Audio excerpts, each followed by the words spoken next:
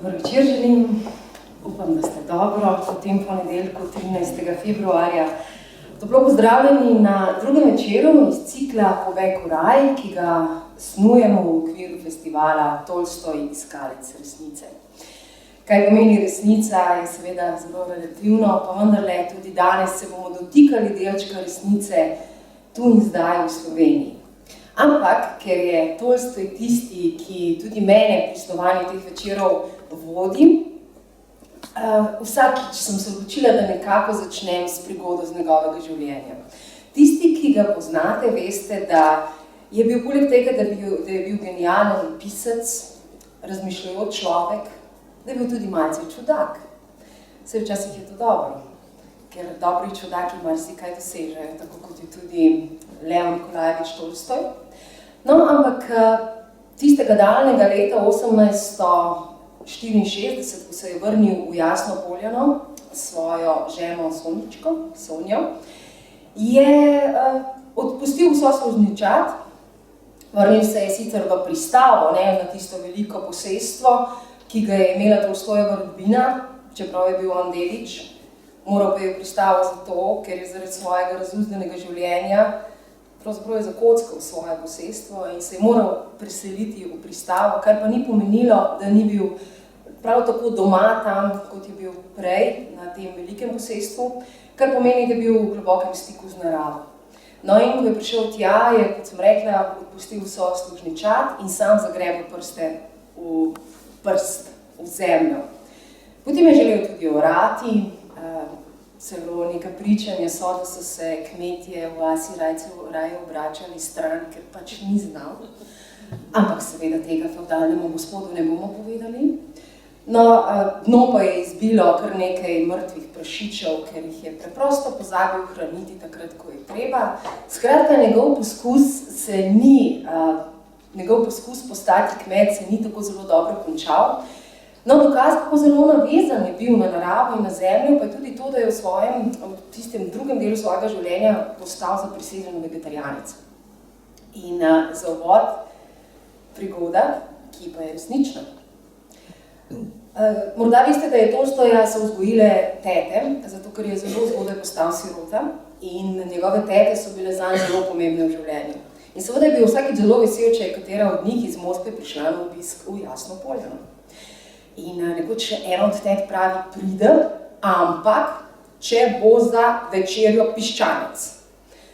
Pravi, prosto ja, seveda je ni upal zavrniti in tako res gospa pride, teta, in ko hoče sesti za mizo, na njenem stolu ždi, čepi, živ piščanec. Zraven pa velik nož za rezanje mesa. Kaj se je zgodilo s tem piščancem, ali je preživel tisti večer ali ne vemo. Kaj se je zgodilo, ali je teta še kdaj prišla na obisk, tudi ne vemo. Vemo pa, da živimo v deželi, ki ima veliko samooskrbno moč. In prav o tem bomo danes govorili z dvema gostoma, ki ju verjetno poznate in seveda sem jih z razlogom povabila na ta večer, ker o tem ogromno veste. Prvi je dr. Jože Podgoršek, ki je sicer dekan Visoke poslovne šole za upravljanje podeželja Grm iz Novega mesta, oče 5 otrok, pridelovalec, lastnik kmetije, skratka človek, ki je povezan z naravo tako in drugače. Drugi pa je Nara Petrovič, za katerega točno vem tudi, da ga poznate. Pred izidom je njegova 3. knjiga oziroma izmed več knjig, ki ima naslov Slovenija, navodila za uporabo, izjemna, spet. Predvsem je pa človek, za katerega se mi zdi, da je uresničil na nek način svoje sanje, da bomo vprašali, če jih je res, živi z naravo in živi v naravi. Dr. Jože Podgoršek in Nara Petrovič, lepo prosim.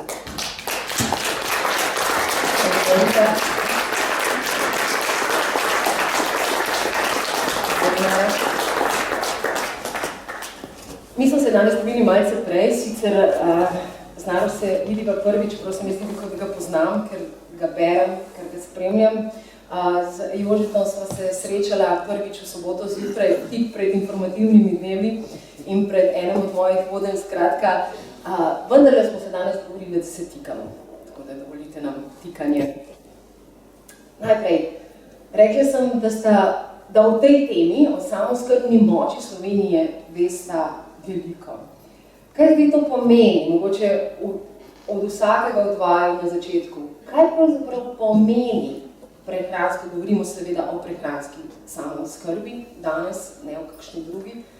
Mogoče Jože na začetku, kaj pomeni prehranska samooskrba neke dežele? Kakšen odstotek mora biti, ne? Mi smo zdaj na 40%, te povprečne, ne? Mi imamo pač živinorejo, imamo pač rastlinsko, ampak v tem kasneje, kaj pomeni, da je neka dežela samooskrbna? Ja, hvala lepa za vprašanje. Lep dober večer tudi v mojem imenu. Se res veselim tega današnjega srečanja, ker sem prepričan, da se premalokrat pogovarjamo odkrito tudi o slovenski hrani, o slovenski samooskrbi, ki je takšna, kot je.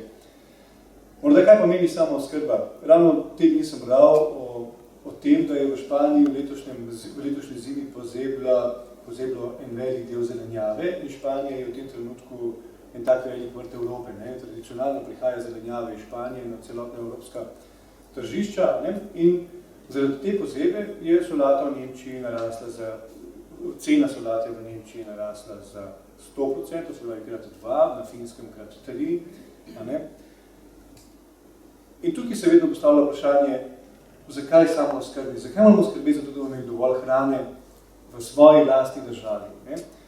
Pa zdaj morda vprašam vse tukaj zbrane, čisto enostavno preprosto vprašanje. Ali mislite, da v tej krizi v Španiji na njivah zelenjavo, zaradi pozebe in tako naprej, da v Španiji tudi primanjkuje zelenjave?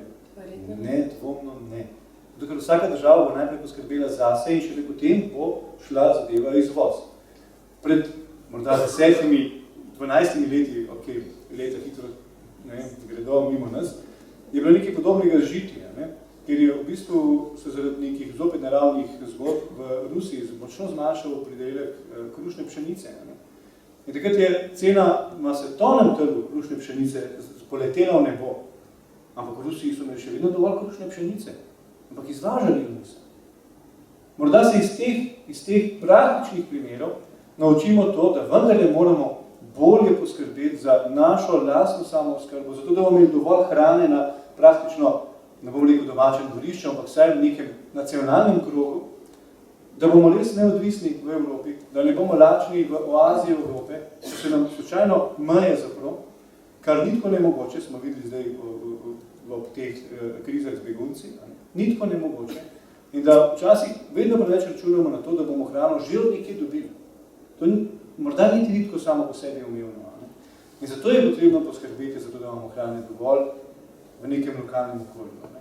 In to skrbeti takrat, ko je morda res še vedno dovolj iz vse posod. Ko je še čas. Ker vendarle, v redu, solata zraste spomladi v 6 tednih, poleti v 4 tednih, in tako naprej, hiter obrat. Ja, kot za krompir, lahko že nekaj mesecev, za enega, ne vem, kakorkoli že, enega, ne vem, bika in tako rabimo 2 leti. Za nek sadovnjak, za neko jabolko rabimo 2 leti, da sploh prvega oberemo, pa to še daleč od tega, da bi imeli neko polno rodnost in tako naprej. Skratka, je treba skrbeti za samooskrbo takrat, ko je še čas, ko nam je lepo, ko še nismo lačni. Ker ko bomo lačni, če bomo doživeli morda sploh kakšen resen pridelek. In meni osebno se večkrat postavlja tudi vprašanje, iskreno, ali bi se mi leta 1991 sploh upali osamosvajati tako nizko samooskrbi, kot imamo danes. Takrat je bila boljša. Kakšna je takrat? Takrat smo bili praviloma na okrog 70-75% samooskrbe. Res je, da smo bili bistveno boljši, kot smo danes na delu svinjskega mesa. Pri govedini smo že tradicionalno dobro oskrbni, ravno tako pri mleku. Mleka imamo celo malo preveč, kot ga sami pojemo. Ampak če pogledamo našo lepo deželo, je to samo po sebi umevno, ker smo vendarle dežela pašnikov, travnikov in zato je govedoreja tukaj doma. Zelo slabi smo, v 15 letih smo pri prašičereji padli iz 80-85% na 33% samooskrbe. Pri zelenjavi smo bližje leta 2000-2001 na morda skoraj da 50% samooskrbe, danes smo na 35%. dovolj imamo sadja, jabolk, ok, sadja imamo drugače tudi premalo, ampak jabolk imamo pa vendarle dovolj, ne, zahvaljujoč nekim velikim podjetjem, tudi sadjarskim ali pa kmetijskim gospodarstvom v Sloveniji. Ne. Zanimivo je, da krompirja nimamo dovolj, pa smo bili nekdaj krompirjeva dežela za Jugoslavijo, ne, smo zdaj nekje na 70-65%, malo odvisno od leta do leta, ne, pri samooskrbi s krompirjem in tako naprej. Ne. In včasih se potem malo zmišljujemo nekatere alternativne poljščine, zato da imamo nekako njive polne, da morda dobimo tisto subvencijo na kmetijskem gospodarstvu. Ampak kaj imamo od teh alternativnih poljščin? Energetske rastline, koruzo, zato da jo zmečemo v bioplinsko napravo, da gre mimo živine, direktno v drek, sem grdo rekel, ampak tako je, gre direktno v neko energetsko zgodbo. Da se izmišljujemo morda, ok, morda tudi konoplo, o kateri se zdaj se več govori, pa konopla vendarle je zdrava in tako naprej, ampak imamo še vedno nekaj resnih tehnoloških problemov, skoraj požekle ne znamo dobro, kvalitetno. Ne. V bistvu imamo, zasedajo na naše kmetijske površine nekatere poljščine, od katerih pa ne bomo siti, ne? Od katerih ni ravno neke hrane. Ne? Zato, ker si pač mišljujemo, zato, da imamo nekaj polno, da posejemo, imamo potem energijo, ja, ok, nekaj druge dohodke potem pridobivamo, ampak vendarle je to nevarna igra. Ne? Ker vendarle suverenost vsake države, pa kakorkoli gledamo zgodovinsko in tudi zdaj, je bila vedno povezana tudi s prehransko varnostjo ali pa prehransko samooskrbo. Toliko za uvod. Ki bo kar dolg. Ob tem sem pomislila, Tolstoj je rekel, da rajši človek propade, kot da bi spremenil navade. In moje vprašanje, narad ti živiš življenje, ki se marsikomu zdi, kaj vse si moral spremeniti, da lahko tako živiš. Ne? Na nek način stopiti iz cone obdobja, za tisto, kar nam pomeni cone obdobja. Sam pa tudi v intervjujih si krasno, v intervjuju si rekel, da živiš luksus preproščine. In mogoče, kaj zate pomeni samooskrbnost? Imaš svoj vrt, živiš večino časa recimo v prikolici, živiš na nek način vsaj bolj pristnem stiku z naravo, kot vsi mi, ki konstantno nosimo pretesne čevlje in tako naprej. Ne vem, kako ti gledaš na oskrbnost? Ker samooskrbno pa vendar še popolnoma nisi, še vedno greš v trgovino in se priklopiš na elektriko. Jaz gledam na samooskrbnost kot na množinski pojav. Ko beseda samo, sami besedi, je edninska. Se ne strinjam s tem. Jože je lepo povedal, kako mi kot Slovenija smo prej sebe bolj doživljali, celo kot Jugoslavija, kot eno enoto, celo Slovan, jugoslovanski. Tujega nočemo, svojega ne damo. Ponos je bil samooskrba.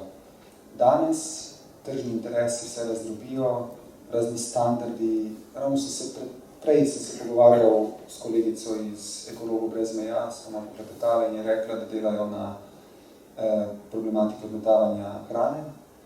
In ko govorijo z bolnišnicami, so statistike 40-60% hrane se zavrže.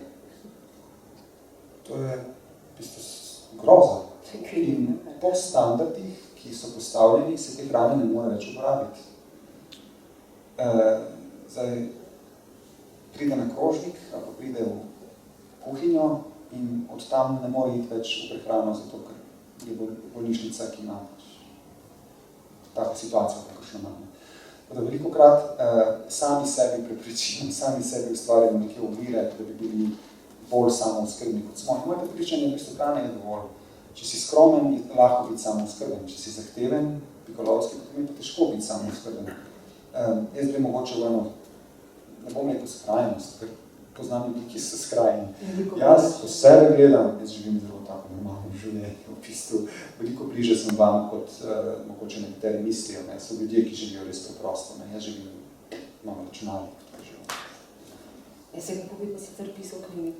Kako bi pisal na roke? Prvo knjigo človeka sem pisal na roko. Zelo z desno roko sem ga pisal, čeprav sem levičar. To je tudi eno prestopanje notranjih omejitev. Zakaj ne bi probal vaditi tisto roko, ki je sicer ne uporabljam. Sam pač visi ob strani, treniraj še njo. In s tem nasprotno? Tudi tako, možgane malo novejše. No, hotel sem pa povedati, pri tej povezavi v družbi. Zgodbica, čisto kratka. V Dalmacijo pride prvi nemški turist pomlad. Da 100 evrov na pult, gre pogledat sobo.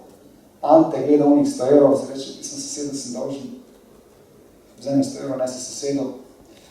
Sosed vidi 100 evrov, reče, pismo, Ančka, ne, kurbica, ne, sem mi dolžen 100 evrov in naj se 100 evrov. Ono se spomni, ja, dolžno sem mesarju 100 evrov, mesar se spomni, po krogu pride, v zadnji se spomni, Ante, da sem dolžen 100 evrov, mu prinese nazaj, 100 evrov se najde na mizi, švabo pride dol, reče, nisem zadovoljen sobo, vzemi 100 evrov in gre.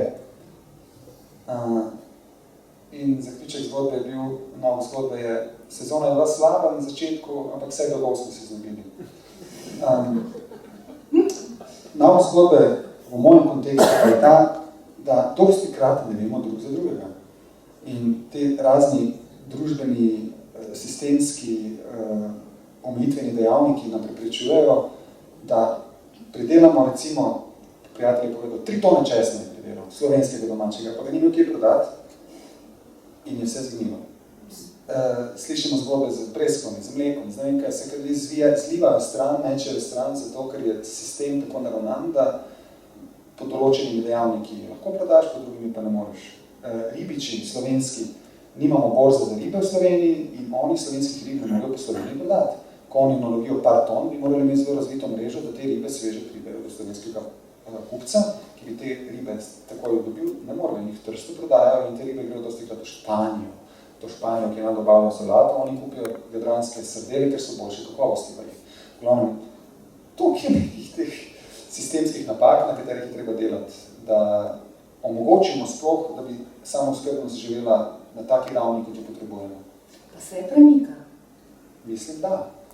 So pa vedno ovire v teh togih birokratskih strukturah. No.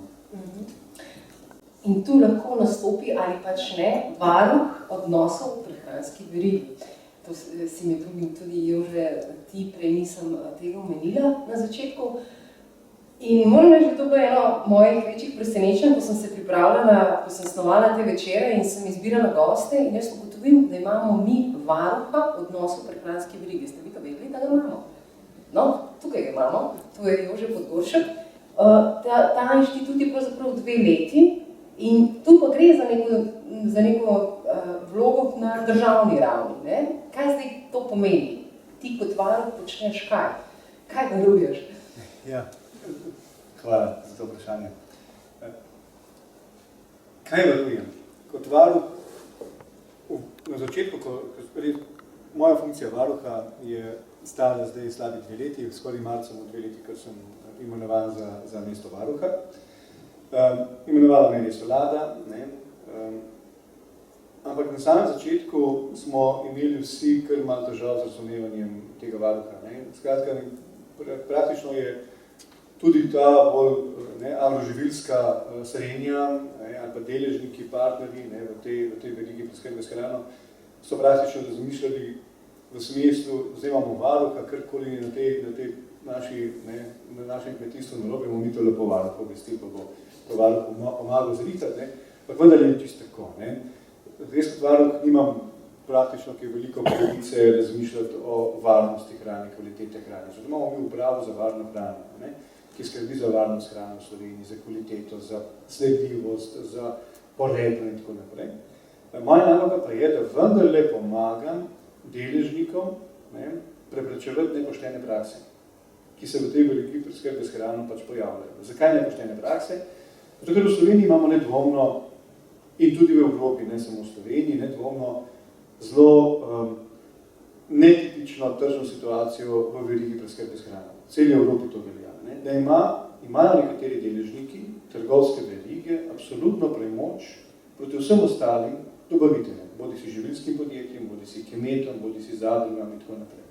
In zato, ker imajo pač položajno premoč, pogajalsko premoč, so seveda padli na izpitu pri izkoriščanju te svoje premoči na način, da uveljavljajo nepoštene prakse, nedovoljene ravnanja.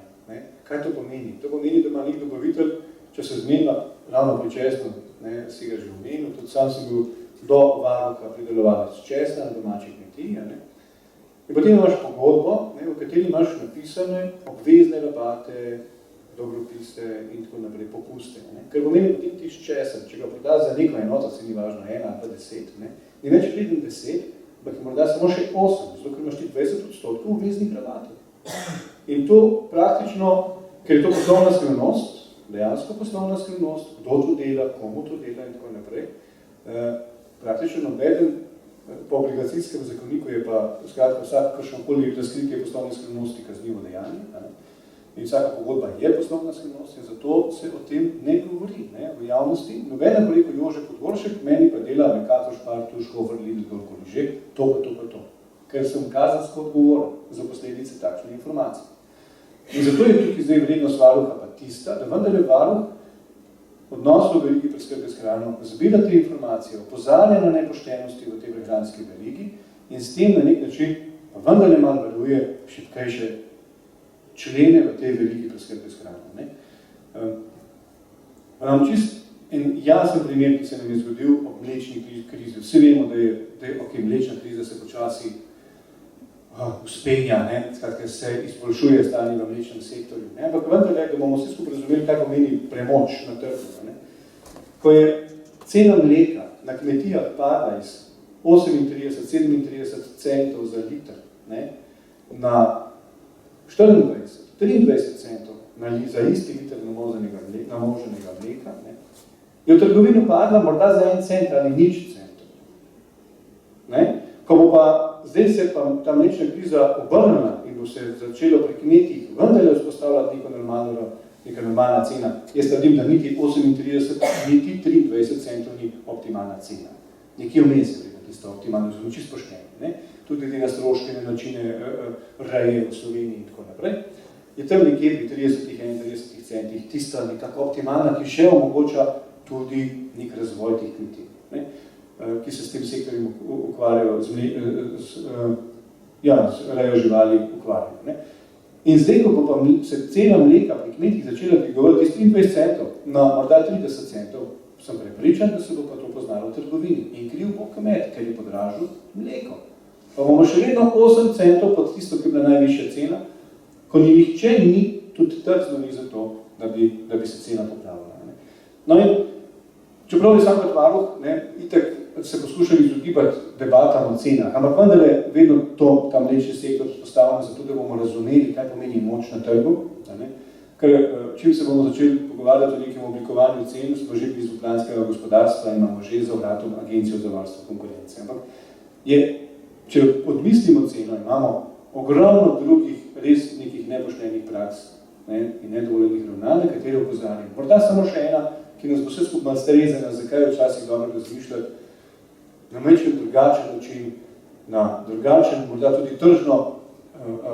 tudi drugačen tržno pot, ki je do zdaj v Sloveniji skoraj edina prava, oziroma edina možna, da nam večina hrane prodajo trgovski sistemi. Akcijo, ko dobimo v letakih tedenskih domov, in imamo enkrat je, eni trgovini, drugič, vse niti ni pomembno, akcije so načeloma zelo dobrodošle za potrošnike, ker jim omogočajo nekako cenejše nakupe nekaterih dobrin. Ampak ta akcija praviloma stane dobavitelja 1 mesec za tedensko akcijo v katalogu za potrošnike. Kaj to pomeni? Tudi izdelki, ki imajo samo 15 dni rok trajanja, za te izdelke morajo dobavitelji že obračunavati nižjo akcijsko ceno 15 dni pred začetkom akcije, ker nima več nobene logike. Ker ko se akcija začne, ima ta izdelek že rok trajanja je že rok trajanja poteku, ker je pa še večji absurd, je pa to, da morajo ti isti dobavitelji, kdorkoli že, živilska podjetja, zadruge ali kmetje, akcijsko ceno obračunavati še teden dni po končanju akcije.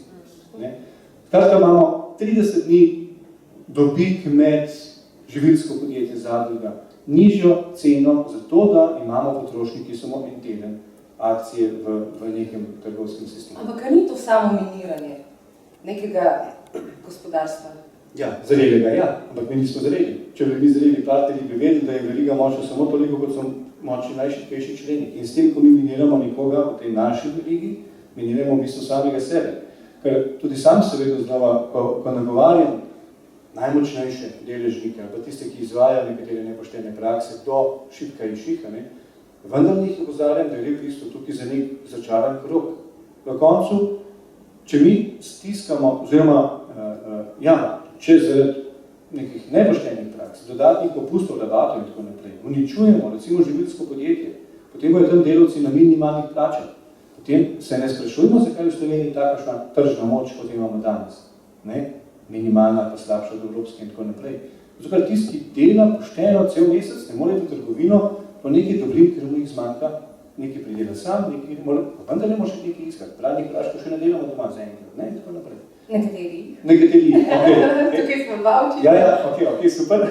Ampak vendarle, nekateri dobrin zmanjka in greš pač iskati. Ne? Ampak če nimaš denarja, tudi tega ne bo.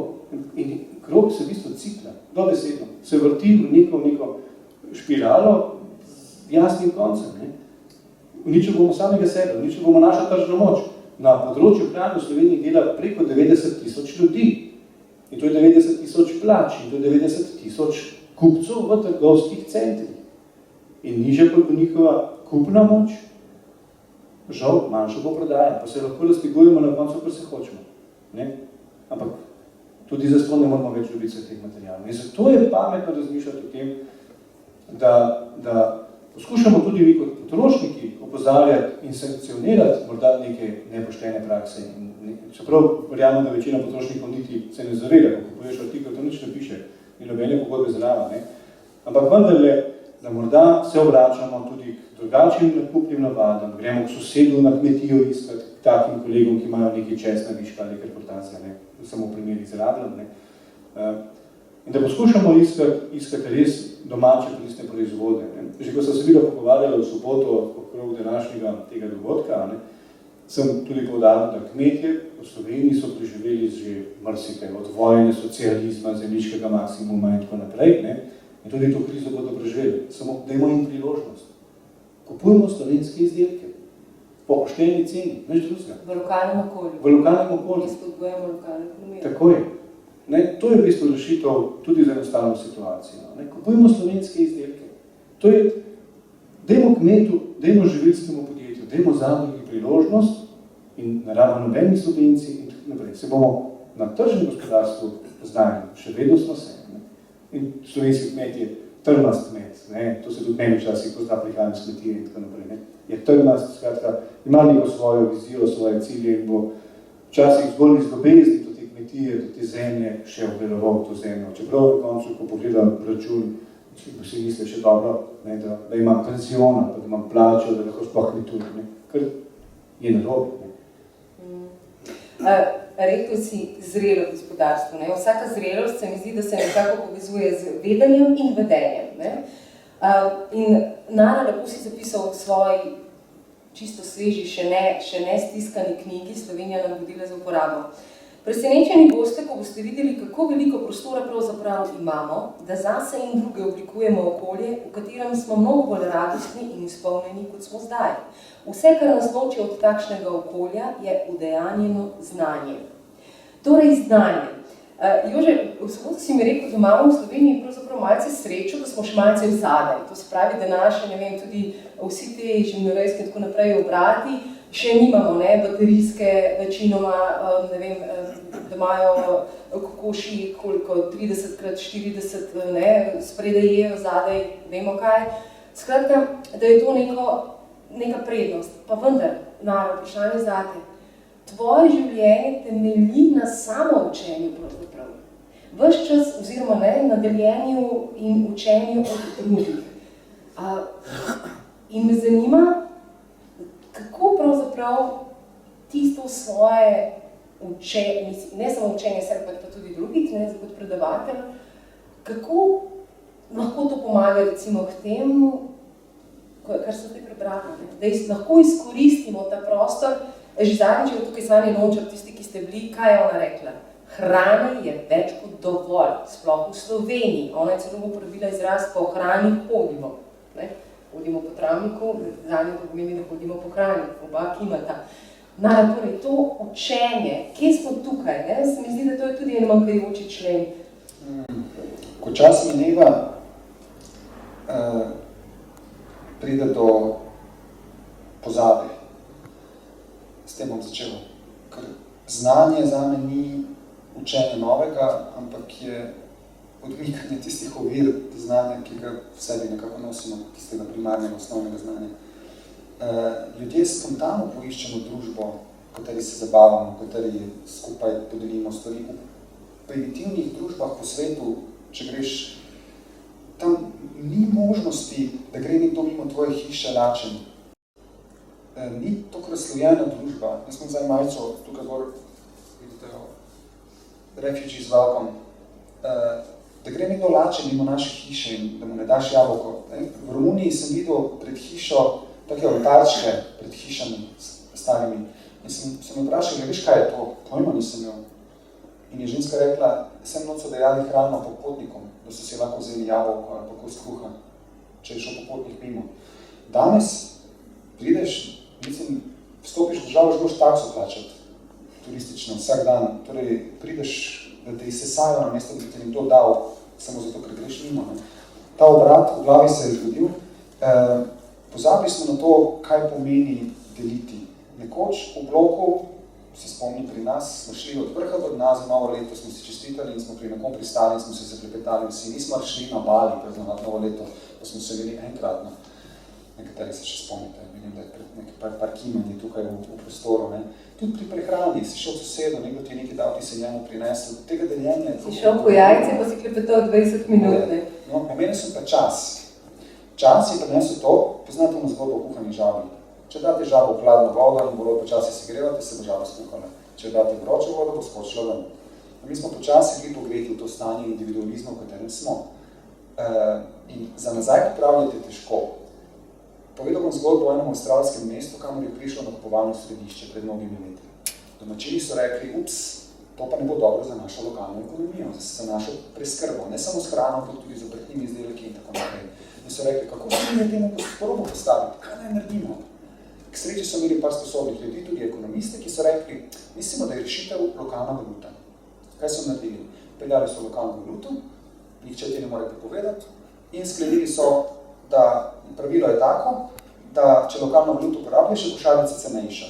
To se pravi denar? Denar, lokalna valuta, recimo krompir. Krompir, pa, kako pa vem, v svoji knjigi uporabim valuto, kaj se znamo, kruh, pa drobtinice. To so pač te majhna valuta. No? In en kruh je pač tako vreden, koliko se mi odločimo. Upeljali so to valuto. Zdaj, če si predstavljate, nakupovalno središče z nizoceno košarice recimo 130 € na 100 €, čisto za prispodobo. Oni so z lokalno valuto znižali na 90, ker so vedeli, ljudje rabijo tudi gospodarsko spodbudo. Zgodilo se je to, da nakupovalno središče je bilo zgrajeno, ampak ljudje so ostali zvesti prejšnjim ponudnikom. In nakupovalno središče se je zaprlo. In oni so ohranili lokalno izmenjavo. Naj me vprašaj, kaj zdaj, če je turbokapitalizem tudi k njim tako močno prodrl in zasedel prostor, kar se marsikaj dogaja. Je pa ta zgodba vseeno en tak lep primer, da ljudje, če se v pravem trenutku odločijo, kot smo povedali, pri nas še vseeno ni tako ekstremno grozno, kot je marsikaj ljudje. Tako da bi se še dalo nekaj narediti, po mojem, da se ljudje povežemo, da z določenimi ukrepi nekaj naredimo. Ravno jutri imamo ustanovitveni zbor za ekonomijo za skupno blaginjo, kjer se bomo pogovarjali o teh stvareh, kako postaviti ekonomski model, ki bo deloval v interesu ljudi, nas, za skupno dobro, ne pa za posameznike, ki so neodgovorni, da postavimo nadzor na makroekonomsko raven, takšno kot je zdaj na mikroekonomski ravni. Naši davki so zelo podobno gledom, naše dejanja, ne smeš sosedu več skoraj pomagati, če kaj dela. Na makroekonomski ravni pa se oni milijoni pretakajo zelo, zelo netransparentno, pod ravnimi klauzulami, poslovne skrivnosti in podobne zadeve. Ne. In da mi nimamo možnosti upogleda v to, da sem jaz v kriminalnem dejanju, zato ker on milijone vrača in na skrivaj, halo, moramo enostavno reči dost, tega se ne gremo več. Ker vendarle so tudi ti veliki sistemi v končni fazi odvisni od manjših. Točno tako. Mi smo tisti, ki jih na koncu podpiramo in jim dajemo hrano, ono pa nam ne, če tako rečem. Ne. In mi kot ljudje bi morali reči, oprostite, pod kakšnim, ki imate vi zakonsko podlago v naši ustavi, ki naj bi branila ljudi, Slovence, da ti ljudje lahko počnejo te stvari na ta način. Prostite, tega se ne gremo. Ne? V naši skupini, čisto zadnji primer povem, sedeli smo okrog in smo rekli, imeli bomo odprto ekonomijo v naši skupini. Kar pomeni, kdo prispeva, koliko prispeva, pač koliko lahko naj prispeva. No? Imamo en list, na katerega zapisujemo, kdo je koliko dal, v hrani, v denarju, karkoli že. In smo razmišljali, ali bi to delali anonimno, da pač ni pritiska na tebi, koliko boš dal. Vsi skupini so rekli, ne, hočemo biti transparentni, napisal bom svoje ime, koliko sem prispeval. Na koncu lahko se štejemo, da se vidi vsak individualno, koliko da ni me sram. Če ni bilo več ali pa ni bilo manj, vsakogar sprejmem. In v takem okolju se jaz počutim zelo dobro, kjer pač smo različni, enakopravni, se podpiramo, kdo ima več, en mesec bo dal več, drugi mesec vem, da bom kdo drug dal več. Solidarnost na taki eni lepi ravni. Mislim, da je socializmu je na nek način obstajala, pa smo jo v precejšnji meri izgubili. Ne? Da te neke stare vrednote prinesti, obuditi nazaj, mislim, da v našem spominu so še dovolj žive, da jih lahko obudimo. In kot smo rekli prej, ne čakati, da nas bo prisililo. Mogoče ena zgodba iz Grčije. Mi imamo ene prijatelje, ki pač sta sicer Ljubljančana, ampak sta v Grčiji na enem otoku, niti ni pomembno kje, kupila neko posestvo. In tam so bile 3 družine pravzaprav med sabo precej skregane na tem otoku, v njihovi okolici, v njihovi sosedje. In potem je prišla ta grška huda kriza, ki še vedno seveda svoj rep hudo vleče in verjetno ga bo še bolj, ker ni šans, kot vsi pravijo, bo Grčija sploh kdaj vrnila ta dolg. No, ampak to se je na otokih zelo poznalo. Ne? Celina je še nekako šla, otoki so imeli pa kar težave, ker je tudi turizem blazno upadl, skratka. In kaj se je zgodilo? Družine, oziroma predvsem očetje, ki so 20 let niso govorili med sabo, jih je prisilila situacija, da so začeli ti meni papriko, jaz tebi olive, če ti ne. V bistvu so tudi naše generacije začele. In stranski učinek je bil tudi to, da so se začeli ljudje, ki so se, ne vem, prej zaradi meja ali česar koli kregali, na nek način so morali stopiti skupaj, ker so bili meseci, ko je bilo res hudo. In ne samo, da zdaj, ko je krize na nek način, ko je vse malce bolj umiljeno, pa spet normalno živijo, niso se ponovno skregali. Ne, zdaj živi to sožitje naprej. In zakaj čakati pravzaprav take situacije? Ne, dajmo prej se povezati, kot praviš, Nara. Ampak, Jože si rekel, da je fino, da smo malo zadaj, ne? In si mi pokazal en graf, mislim, da so bile Norveška, Islandija in Švedska, potem pa Slovenija po kakovosti hrane, na nek način, ja, ga imaš sabo. Ampak, kar je mene najbolj streslo, je pa to, da si ti rekel, da mi, Slovenija, pa uvaža iz Avstrije, Nemčije in Poljske, ki so pa daleč za nami po kakovosti. In zdaj spet jaz tu ne vidim nobene logike. Zakaj mi, ker še ni vse izgubljeno, v deželi, kjer imamo priložnost, da jemo dobro, omenil si, v Sloveniji je varna hrana, kar pa ne pomeni, da je visoke kakovosti. Zakaj pa mi uvažamo potem hrano, če imamo možnost pridelati, ne vem, dovolj svojega mesa oziroma, zakaj potem mi pa uvažamo iz Avstrije in Nemčije, kjer je pa jasno, da obstaja tudi ta baterijska in tako naprej, kar sem prej omenjala, puška tukaj noter tam ven, brez da bi kadarkoli videla naravno svetlobo. Zakaj? Zelo preprost odgovor na vprašanje. Zato, ker živimo v krutem kapitalizmu. In je vprašanje samo razlika v ceni, profita in nič drugega.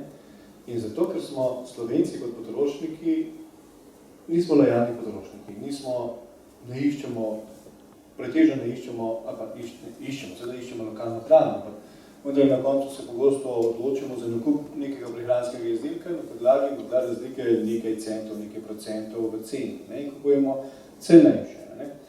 Zdaj, Slovenija sama po sebi ni dežela, ni država, ki bi imela lahko neko najbolj vrhunsko kmetijstvo z vrhunsko tehnologijo. Zato, ker imamo naravne danosti takšne, kot jo imamo. Sam delam v Novem mestu, tam sem zaposlen, moja funkcija varuha je zgolj funkcija.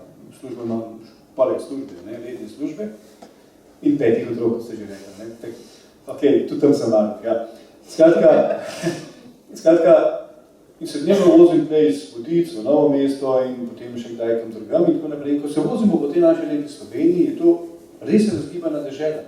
In na tej razgibani deželi, z majhnimi nivami, majhnimi parcelami, majhnimi kmetijami, ne moramo imeti vnaprej znane neke nizkocenovne proizvodne ali pa postavljene nizkocenovne proizvodne hrane. Na naravne danosti žal to ne omogočajo, pa hvala Bogu nam ne omogočajo naravne danosti tega, ker zato imamo hrano boljše notranje kvalitete.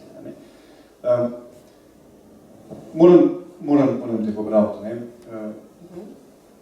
Mi v Sloveniji imamo zelo kvalitetno hrano. Ne? In ko sem govorila, sem kazal ta graf, ne? Ta graf nam je kazal o tem, koliko antibiotikov v reji, živinoreje porabijo posamezni živinorejci v različnih državah Evropske unije. Ne? In tukaj smo res Slovenci na repu med 4 državami, ne? Norveška, Islandija, Švedska in Slovenija, smo tisti, ki porabimo 20 ali manj miligramov antibiotika na prirast živali, ne na kilogram, oziroma na neko korigirano enoto, zato da je tudi od piščancov do pikov približno se da zmeriti. So pa potem evropske države, ne, recimo Italija jih porabi čez 300 mg, mi pa 22. Ne. Madžarska, te imam ne vem čisto na pamet, ampak Madžarska 230, ne, mi pa 22. Samo da naštevam. Ne. Nemčija 180, mi še vedno 22. Ne. Zakaj so te države izpostavljene? Ne? Zato, ker je res dejstvo, da smo mi, kot sem že prej omenil, pri mleka imamo v Sloveniji 120% glede na to, kar ga pojemo, ga pridelamo več, kot ga pojemo. Govejega mesa pridelamo plus minus okrog 100%, skratka smo samooskrbni pri govejem mesu. Ampak slabo polovico mleka izvozimo kot mleko in potem uvozimo nazaj mlečne izdelke, ne iz našega mleka, ampak iz mleka kjerkoli že.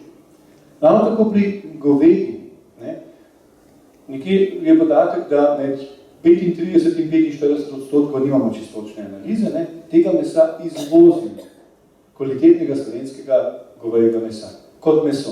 Pripeljamo pa izdelke, zopet iz kjerkoli.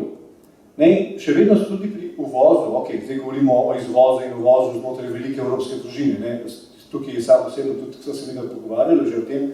Sam smatram, da je tudi izvoz v Avstrijo, Italijo in uvoz iz teh držav že uvoz, kljub temu, da smo velika evropska družina. Ampak vendarle gre iz Slovenije in prihaja od nekaj druge v Slovenijo. Ne? No in pri teh prevozih hrane čez mejo se še vedno upoštevajo tudi neke carinske tarife, carinske šifre, pod kateri se vodijo posamezne oblike hrane, ki jih izvažamo ali uvažamo, ali pripeljamo v Slovenijo od drugod. No in nas ne preseneti podatek, da je pri mesnih izdelkih največ uvoza pod nekdanjo carinsko šifro užitni klavnični odpadki. To mi uvažamo, izvažamo pa kvalitetno goveje meso. In to mi potrošniki kupujemo. In to jedo naši otroci. In to jedo naši otroci. Tako je, to jedo naši otroci, v vrtcih in šolah. Ne? In mi uvažamo, zato sem izpostavil te države, ker dr. Aleš Kuhar, z Biotehniške fakultete, naš priznani, mislim, da kar agrarni ekonomist, upravljam njegove podatke, ne? Je iz teh podatkov, iz teh podatke spravim in ugotavlja, da v bistvu največ mesa in mesnih izdelkov, oziroma sploh prehranskih izdelkov, pripeljemo v Slovenijo iz Italije, Madžarske, Nemčije. To so tiste, ki imajo nad 200 mg antibiotika za prirast. In zato trdim, da je slovenska hrana, da je vsa hrana v Sloveniji sicer varna, ampak da je slovenska hrana nedvomno boljše kvalitete.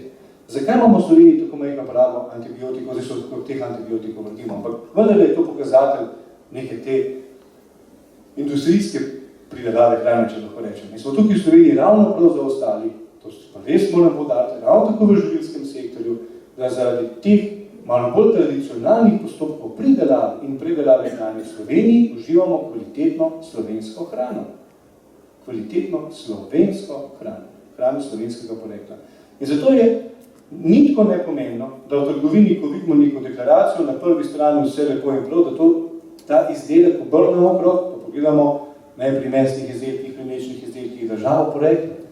To je bo ponovno droben tisk, skoraj povečevalno steklo rabno, zato ker malo skrivamo. Ne. Še najlažje to zamenja dobavitelja pri trgovinskih blagovnih znamkah. Ne. Pri trgovinski blagovni znamki, Mercator, Spar, Tuš, Hofer, Lidl, se ni pomembno čigava. Pa tam zamenja tega slovenskega dobavitelja z enim tujem, praviloma slovenski potrošnik tega ne ugotovi 2 leti. Zakaj ne? Zato je vse isto, ista embalaža, enak okus, vse isto. Vse mečken droben tisk, ali pa nek ovalni žig, do katerega sem samo šel še rekel, sem postal varuh, da ga sploh imamo. Ne? Tudi prej nisem vedel, skratka, ja, toliko smo ne uki potrošniki, ampak vendarle na teh ovalnih žigih imaš tudi informacijo o poreklu blaga. Če tam piše SI, potem je to slovensko meso, je to slovensko mleko. Če piše AT, je praviloma vsaj predelano v Avstriji. Zdaj, verjetno pa ni slovensko. Ok, lahko pa tudi je, ne bom trdil, da ne. Ampak vendarle zdajmo, ne v tem, ko sem že večkrat rekel, dajmo priložnost slovenskemu kmetu, slovenskemu podjetju, pa ne zato, morda ne zato, ker smo tukaj dobri po srcu, ampak zato, ker nam je mar za naše lastno zdravje. In če vemo še naprej, lepo se omenila tudi javni zavod, to hrano jejo naši otroci, naši bolniki, starejši v domovih za ostarele. Tudi zaporniki. Tudi zaporniki, hvala, tudi jaz sem tako zanče rekel, ne, ok, tudi zaporniki, da. Ampak vendarle, v javnih prehranskih obratih, kjer smo zdaj po zadnjih podatkih na leto porabimo za skoraj da pol milijarde evrov hrane v javnih prehranskih obratih, ne, je po nekih grobih ocenah okrog 30% slovenskega porekla. Vse ostalo je uvoz od nekaj drugih. Vse ostalo je. In to od podjetij, ki jih mi niti ne poznamo, ker so specializirane za javne prehranske obrate. Ker jih v trgovskih centrih niti ne vidimo njihovih izdelkov. Ne.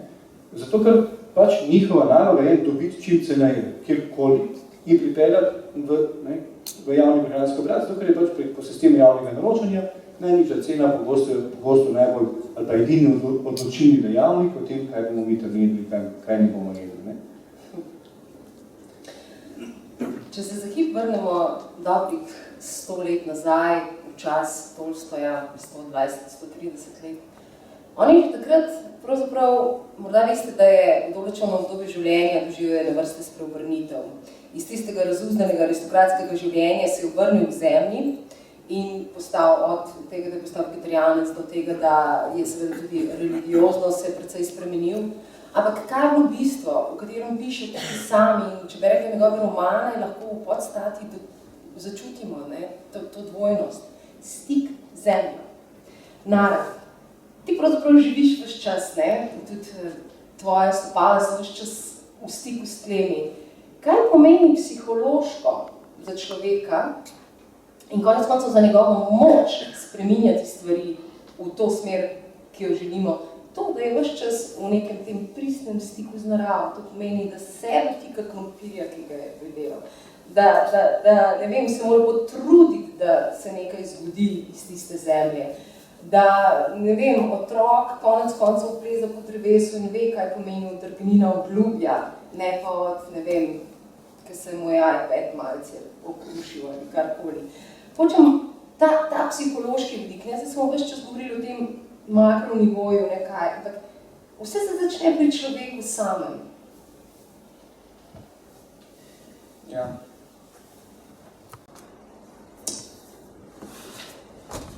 Enkrat sem bil na enem srečanju, kjer je en fant spraševal, kaj pomeni biti moški. In je stal pred mano in bilo je toplo, bili smo v tropih in sem rekel, postavi se pred me, stoj, bos pred mano, začuti stopala, pritisni s prsti ob tla in se rahlo nagni naprej. Začuti glavo, začuti pokončno svojega telesa. In se stala in se gledala dva moška iz oči v oči. Stik s tlemi. Tla so pa bila ilunata, tako v bistvu ena mešanica zemlje z planinim oljem, potem tak zelo zanimiv učinek. In ljudje, ki so sedeli na okrog in gledali, so prav kasneje rekli, zdaj smo videli dva moška, kako stojita v korenini od tla. Takrat sem se zavedel, skozi ta stik pomena stopal, pomena prstov, ki so stlačeni v te naše čevlje, ki nam dajo oporo da lahko stojimo nagnjeni naprej in zremo v prihodnost, jo vidimo tako, kot je najboljša možna. In Tolstojev filozofski stik z zemljo, ki se je porodil tudi skozi fizični stik z zemljo, je nekaj, kar jaz ne gledam na to kot neko mistiko, kot neko energijo in kaj podobno, ampak kot to, kar je Jože rekel, kot kmet, ki je odrastel in ima tako ukoreninjenost v svojo kmetijo. Jaz tega nisem kot mestni človek in zdaj tudi živim na svež način, podobno kot Tolstoj iz svojega življenja, neko drugo življenje, sem raziskovalec. Veliko pisateljev je to storilo, je šlo na stik z zemljo in je doživelo tako razsvetljenje skozi to naravo. Dobili smo pogum, da delamo stvari. 2 tedna nazaj sem sedel s predsednico Estonije, moderiral sem, tako kot zdaj Karmen moderiral pogovor z nama, je sedela ona in še 3 zelo sposobni ljudje. Sedel sem bos s predsednico in me sprejela kot bosega človeka, ker mi ta bosonogost daje tudi eno izlusko moč, višjo moč. Je pa tudi simbol preprostosti, tisto, ki si jo prej omenila, razkošna ali luksuzna preprostost, da lahko spregovorim stvari direktno ljudem. Da postavim vprašanje, da rečem, ko nekaj potrebujem. In zdaj bom povedal tisto misel, ki sem ti jo prej omenil, užila, razumem, kako bo Karmen reagirala. Ko govorimo o samooskrbnosti, pa tej preprostosti, zame vse temelji na osebnem stiku. Da vidim vas, tukaj ljudi, da vi vidite mene, zdaj bomo na distanci, ker smo mi na luči iste teme, pa kasneje bomo se tudi malo pogovorili, verjetno. Jaz bom pa zdaj vam čisto iskreno povedal eno vprašanje, oziroma eno prošnjo. Jaz sem za nalašč prisel sem, brez da bi imel kje za prespati. Ker vem, da je tukaj veliko ljudi, ki imajo velike stanovanja. Jaz živim v prikolici, ki ima 9 kvadratov in v tej prikolici sem gostil tudi 4 ljudi poleg sebe. Tako da na 9 kvadratih nas je spalo 5. V eni prikolici. V mojem domu sem sprejel ljudi, neznane, ki so prišli s kolesi mimo in so spali pri meni v prikolici. Ne. Tako da sem zelo skromen, rabim 3 korake zemlje, rabim 6 pedi, tal, kakarnoflex, dekico imam celo samo, tako da ne rabim veliko, ne, sem res skromen. Tako da, če bi bil kdo pripravljen me gostiti za čez noč, bom zelo hvaležen, to je ta kolektivna samooskrba, o kateri govorimo, samo reče treba in ljudje, v bistvu imamo veliko, smo zelo bogati. Sanja Lončar je rekla, hrane imamo dovolj, hodimo po njej, prostora imamo ogromno. In samo povedati si moramo drug drugemu, kaj potrebujemo in potem pristopiti in ponuditi pomoč. Zdaj že vem, da meljete. Tako. Ta osebni, se mi zdi, da ta stik z zemljo.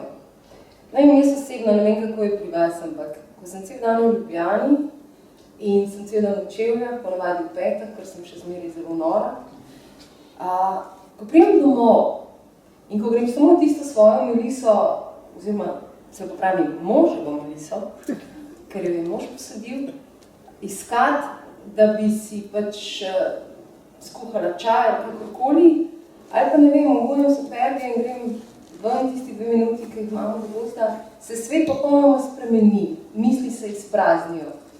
In se mi zdi, zdaj pa mi vi pa povejte, da s tem, ko smo mi v stiku z zemljo, se tu ni nič novega, da smo pravzaprav veliko bolj tudi v stiku s sabo.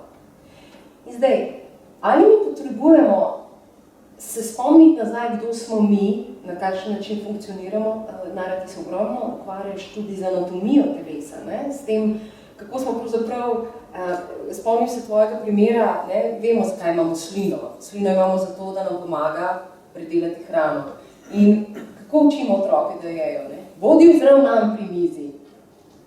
Ko smo vzravnani, si lepo povedal, kam gre slina? Če pa mi jemo, tako da smo malce nagnjeni, da smo pravzaprav še bliže hrani, gre slina tja, kamor je treba. To mi je bil en tak primer, že precej časa nazaj sem slišala, da sem začela res razmišljati in sem nehala svojemu petletniku težiti, da ne bo naravnost pri mizi. Da je bo vsaj pri mizi le, ne bo, ker se vemo, otroci bi jedli posod. No, ampak ali je pomembno, da mi konec koncev gremo nazaj do sebe, da bomo lahko govorili o samoskrbnosti, ne, dolgoročno. Ja, hvala. Nedvomno. Če bomo, dejstvo je, da po drugi svetovni vojni so bile praviloma vse države dokaj dobro samooskrbne, kljub lakoti, pomanjkanju in tako naprej. In kaj mi danes pozabljamo, ko govorimo o samooskrbi?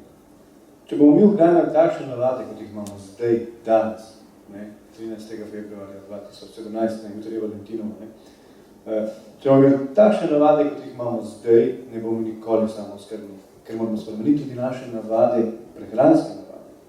Kaj smo včasih po zimi jedli? Kislo zelje, kisla repa, pečenice, krvavice, karkoli že bilo, ali pa samo kislo zelje, karkoli že.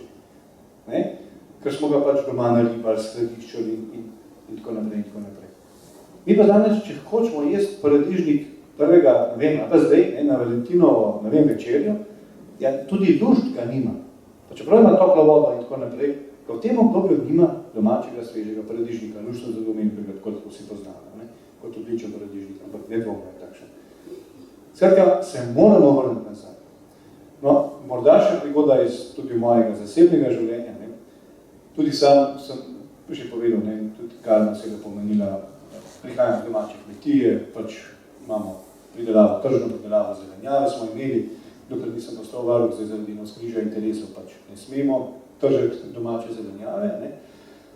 In ne more, ampak res, ne moramo verjeti, pa ne morate verjeti, kolikokrat sem prišel iz službe, utrujen, ves, glava tam nekje druge in tak naprej, dobesedno se slekel v neke delovne cote in šel tja z motikom mlatiti tisti plevel, tudi po južno nisem, ker se je enostavno rabil čas zase, dobesedno zase. In nedvomno sem prepričan, da mi je ostalo malo te, kmečke preprostosti, tudi zaradi tega, ker sem vedno znova iskal tam nekje na zemlji. Pa po drugi strani tudi sem sicer predavatelj in kakšen predavatelj kmetijstva pa bom, agronomije pa bom, če ne bom umazan od zemlje. Ok, danes imam doktorat v žepu, prej sem se pogovarjal, sem se praviloma ne hvalim, ker sem tudi v naši domači družini največkrat umazan od glave do peta, od zemlje, od blata, od česarkoli, in strgan hodom in tako naprej, ko ene, pa ne bom rekel, ko ene rejo si ni nič hudka, ampak vendarle, nedvomno vedno znova iščemo stik zemlje. Nedvomno ga iščemo in ga bomo vedno iskali. Sam osebno bi verjetno kar umrl, če bi to zemljo vzel. To, da imaš doma svoj vrt, to pa še vedno imam, tudi kot varuh. In to sploh ni samo po sebi umevno, ko hodimo po svetu, imeti vrt. Je luksus. Jaz osebno ocenil, to luksus, da otroci in odtrgajo tisti paradižnik tam iz domačega vrta, da gremo po solatu, da imamo, ne vem, celo zimo solatu, kljub temu, da imam res in tako naprej v nekem domačem rastlinjačku in tako naprej. To je nekaj, kar verjetno naši otroci dojemajo, da je to nek luksus, kot to imajo. Ne grejo, trgajo pa papriko, pa grozejo, pa gre postelan, pa kaj. Hvala Bogu, vsaj jejo nekaj vitaminov, ker je proti imunologiji mehkih včasih tudi problem. Ampak hočem podariti to, da nedvomno sem prepričan, da moramo ohranjati stik z našo zemljo, ki imamo, z našo zgodovino in se morda tudi, ko razmišljamo o neki samooskrbi, začeti vračati verjetno za kakšen korak nazaj. Tudi sam sem zarastel na kislem zelju, pa kisle repi, pa mi nič hudega. Okay. Mislim, da sem kar lepo rajen, preveč. Bi bilo fajn, če bi daj kakšen klobasa manj, ampak tako pač je. Tako pač je. Ampak nedvomno se moramo vračati. Tukaj nedvomno podpiram to misel, da se moramo včasih ozreti nazaj. Tukaj je Lara prej lepo omenil že. Naravno izumljati nekaj novega, ampak samo odstraniti blokado od tistega, kar smo že včasih počeli. Kar smo včasih počeli. To je to. Mi sicer pravimo med prijatelji, gremo naprej k naravi. Ne nazaj. Okay. Ne nazaj k naravi, bom pojasnil. Živeli smo na določen način pred 50-100 leti. Danes, v globaliziranem svetu, imamo to prednost, da se lahko učimo med kontinenti, kar včasih ni bilo možno. Določene prakse, ki so jih razvili v tropih, se ne da prenesti določenih praks, nekatere pa lahko prenašamo in oni lahko prakse od nas prenašajo. In to navzkrižno učenje, ki se dogaja v mrežah, katerih se jaz gibljem, globalna mreža ekoloških naselij, permakulturna mreža, ta znanja nam pomagajo razumeti, kako se obnašajo rastline, kako, če prepletam dobre prijatelje med sabo, kakšni so rezultati, če ustvarim več nadstropne mreže, tudi kmetovalci danes, svetovalci z Ireno Vrhovnik, sem se pogovarjal, rekla, v oljčniku kure, blitva, radiči, kombinirajte, ne imeti monokulturnih nasadov, bodite tam s temi živalmi, s temi rastlinami, razvijamo celo z enim prijateljem, upam, da bo čim prej zaživelo, model agrofitnessa. Razumete? Agrofitness. Dodate še agrosolari, kar pomeni, da ne greste v en zaprt prostor, pa tam tečete po onem tekočem traku. Kar je lobotomija. Poslušate, gledate v ekran in poslušate ono muziko zraven, zato ker je brez veze, ne? Ampak da greste v naravo, pač na eno njivo, se sezujete, ste na zemlji bosi, vzamete motiko, delate malo z levo, malo z desno, mišične skupine razumete, katere delajo, vzamete kram, dvignete kamen, ga prestavite, vzamete neko vejo, jo žagate, malo z desno, malo z levo, vse mišične skupine delajo, na soncu ste, ne mislim, a ni to dober produkt, ne. Samo zdaj sem že povedal, ne, tako da zdaj, kaj bom zdaj jaz, mislim, ni slab kapitalist sem, da bi zdaj jaz to ustvaril, tu v predmestju Ljubljane, imamo 4 hektarje, se zmenimo s kakimi temi. In dal Jumbo. Jumbo plakati, pridite k nam, ne, in bo to zdaj full hit, ne. Prvih 5 obiskov za stonj. Prvih 5 obiskov za stonj, pa še tako je, dobiš solato za domov. In to, pravo, ne tako barvano. Tam predelaš, pa eko bo. Tako da ti v bistvu plačeš pa eko. Če eko vsi ne uspejo, imaš nišo. V glavnem, agrofitness, agrosolari za ta neobhodni stik z zemljo, ker vidim, ko ljudje pridejo tja k nam daleč od mesta, ko živijo tisto v Istri, sploh ne vejo, da to obstaja, 450 metrov v Istri, v Sloveniji, to obstaja, na 450 metrih smo gozdali, bukve imamo tam v Istri, je možno. Pa še žleda ni bilo? Stanje žleda tudi ni bilo, čudovita narava, ljudje še celo kmetujejo tam, kar je pohvalno, da imamo tudi neko samooskrbnost v lokalnem okolju, si predelajo svoj krompir še več, tudi da ga mi dobimo od njih, da ne hodimo v mesto, da dobimo jajca od sosedov, ta izmenjava nekako teče. Smo v stiku z zemljo, pridejo popotniki iz vsega sveta, nabirajo krompir, vsi srečni, tisto zemljo, ki se jih dotikajo. Eni pogled, Španija, prej smo se v Španiji pogovarjali. Poba je stopil v Bovcu, v gost in je stal permakulturnik je vejo, kar pomeni prst. Stal je in je umno zemljo tako držal v rokah. In ga en kolega gleda in mu reče, kaj pa gledaš? Kaj pa gledaš? Pa on tako pogleda in reče, to, humus, prst, črna, to, mi sploh ne vemo, kaj imamo. Zemljo imamo živo. Oni imajo tam puščavo, v katero zlivajo kemikalije, zato da ne sploh kaj zrastene. In mi imamo pa to živo humusno prst, ki jo ne znamo negovati. Mi kar nas doma celo kakce kompostiramo. To je tvoja specialiteta? To je moja specialiteta, jaz sem ekolog, preučujem, berem knjigo o tem, vem, kako to dobro narediti, delamo svojo terapreto, bio-oglje, imamo tako peč, pirolitsko, ki pusti za sabo nekaj pirolitsko sežganega oglja pri visoki temperaturi, če ga zazobite in ga zmešate z urinom in potem ga skompostirate, date v kompost, da se naselijo še mikroorganizmi zraven, dobite minerale plus mikroorganizme, ki imajo tam lunapark, po raznih tunelov kanalčkov, da je to za njih kot Disneyjeva dežela. In to date v zemljo, ogljik ostane, ker ga nič ne poje, imate domovanje za bakterije, plus te minerali se hitro oprimajo tega. To je tak pospeševalnik rasti, da si ne znate zamisliti. Ljudje po celi Evropi, po svetu eksperimentirajo s tem za eno novo. To je stara praksa, ampak se oživlja in spada v tiste znanje, ki sem jih prej opisal. To je nekje na instinktivni ravni, vemo, da smo odvisni od te zemlje, od te prsti, od tega življenja, ki je tam pod nami, po katerem hodimo. In si želimo tega stika. Stop, kot si opisala sezulce, vse super je, pa iti nekam v naravo, da malo bolj čutim to naravo okrog sebe. Zame je pač idealni bos, sem vedno bos in vedno bom, upam. potrkal po lesu, za vsak slučaj, je taka res elementarna, instinktivna potreba biti tam. Preden vam dam priložnost za vprašanja, mogoče še to. Kot veste, Nara si že omenil te ekološke vasi.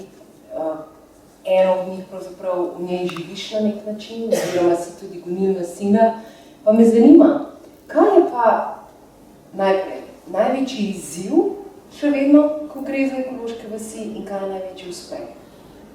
Ker zdaj si že kar nekaj časa o tem, lahko govoriš o tem pravzaprav zelo objektivno, verjetno in subjektivno. Izziv je zagovednost. Zagovednost v prevodu. Zagovednost, poznate, to pomeni ta beseda tako sočna, ne, zagovednost, ne, to je tak... Me kako bi razumel? Jaz bi temu rekel, tista zarukanost na negativno način, ker smo govorili o tem, kar prenašamo s sabo, kar je pozitivnega, obstaja tudi nekaj negativnega, kar je v tem tradicionalizmu, ki je v nas, ne. In ta konfliktnost odnosov, neka vrtičkarstvo, ne, zdaj to je moje. To je motnja. Problematika skupnega, ne, zdaj kako opisal sem primer, ki ga nekateri med nami znamo negovati, da smo transparentni v tem, kar prispevamo, in potem tudi v tem, kar vzamemo, ne, pač, da je obojestranski tok transparentni, da se tudi pogovarjamo odkrito. Je pa problem še vedno med nami, da se tudi ne znamo zmeniti, da ne znamo biti prijateljski, da stvari osebno jemljamo, da potem reagiramo na en tak grd način drug do drugega, komunikacijske veščine so zelo na nizkem nivoju, se še vedno učimo. Tako, to so problemi. Prednosti oziroma uspehi, ki jih imamo, so pa po mojem mnenju, no, tako kot jaz vidim sliko, da nosimo eno tako en optimizem, kljub vsemu, kar se črnega dogaja. Je en nekaj še optimističnega v nas, tako da še vedno gledamo, ja, se da, bomo zmogli. In še tisti voz vlečemo za sabo, če je težko, da poiščemo še vseeno tiste niti, ki visijo nekje v zraku, da se povežemo tudi takrat, ko je težko, da ta primarni stik z zemljo je še vedno v nas živ in želimo s to zemljo sodelovati, jo negovati, vzpostaviti nek pristen stik. In se mi zdi, da je ena, prosti, ampak ta misel se mi zdi, verjetno se strinjate, da je ena od posebnosti zemlje je to, da če smo mi dobri z njo, bo vračala. Vsakeč znova.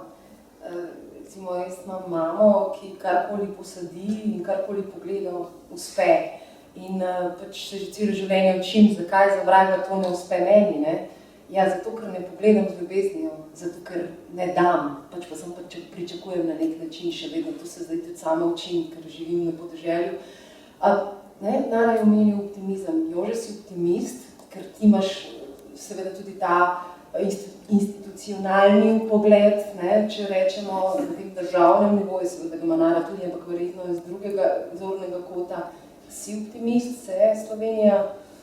Jaz sem načeloma večni optimist, ne. Optimizem oziroma volje mi načeloma ne manjka, ne. In zato verjamem tudi, da tudi po teh slabih 2 letih spoznavanja verige preskrbe s hrano, si upam trditi, da vendarle je veriga preskrbe s hrano v Sloveniji zaenkrat si upam trditi kar dovolj trajnostno naravnana, ne. Ampak vendarle včasih je prav, da se kot potrošniki, kot tisti, ki gremo v trgovski center kupovati izdelke, vendar vprašamo, kaj bomo kupovali. Ne? Prej sem že začel z nekimi anketami, pa bi čisto nakratko pokomentiral še samega sebe prej. Ne? V Sloveniji znamo narediti dobre ankete, kaj potrošniki mislimo, kaj bi bilo dobro kupovati in kaj nam te ankete kažejo. Ne? Vedno znamo nam govorijo o tem, in tudi uradni podatki teh anket potem pravijo, da smo slovenski potrošniki pripravljeni za slovensko hrano. Absolutno, da iščemo slovensko hrano, da smo zelo pripravljeni več plačati za slovensko hrano. Ne? Ampak dejstva so pa pogosto ali pa praviloma drugačna. In sam osebno sem že nagovarjal, zdaj že nekatere, tudi kot varuh, neko drugo analizo, anketo, da vendarle vprašajo potrošnike z istim vprašanjem, nekaj tudi zdaj včasih kot gospodinstvo dobimo nekaj vprašanj, Preden stopi v trgovski center in potem na koncu pogledamo, kaj ima v vozičku. Ne? Jaz mislim, da je dobro kupovati slovensko, sem tudi pripravljen, ki več plača, ampak kupam pa tisto, kar pač je najcenejše. Tako pač je. Ne? Skratka, imamo tukaj eno bistveno razliko. Včasih tudi upravičeno poslušamo neke pomisleke, da je slovenska hrana dražja in tako naprej. Sem rekel, da upravičeno poslušamo, ker sem prepričan, da slovenska hrana, prej sem že omenil, nikoli ne more biti nizkocenovna zaradi naravnih danosti. Zato imamo tudi dražjo pridelavo, zaradi nekaterih tradicionalnih postopkov tudi dražjo pridelavo kot v nekaterih državah, odkudar mi dobivamo prehranske izdelke. Ne? Ampak vendar je na koncu vprašanje, ki je vedno na mestu, tudi mene, sam sebe vedno znova sprašujem, ne? Zakaj kupovati slovenske prehranske izdelke? In nedavno sem slišal lepo misel o tem, ne? Pa bi jo čisto kratko ponovil. Ne? Zakaj kupovati slovenske prehranske izdelke? Zato, ker s tem omogočimo tam eni teknici na vasi, da gre na plesni tečaj. Zato, ker omogočimo eno dečku na vasi, da mu kupijo nov polovar. Da omogočimo neki materi, ki dela v nekem živilskem podjetju, da da zvečer hrano za svojo družino, večerjo na mizo.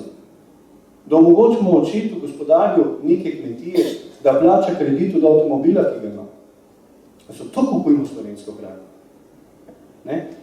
In mislim, da postanimo zahtevni, zavedni potrošniki. Pomagajmo našemu sosedu.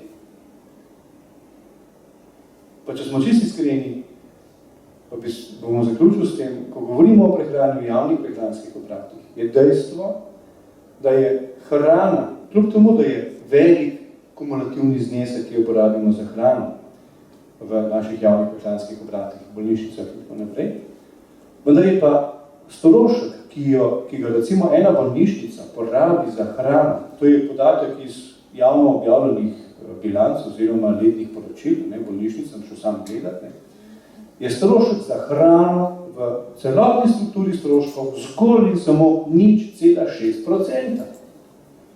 Ker pomeni, lahko hrano šenkamo, pa ne bomo nič prišparali, lahko je pa tudi za 10-20% dražje plačamo in kupimo slovensko hrano, pa zato ne bo nobenega vrag pobral. Šparamo žal na napačnem koncu.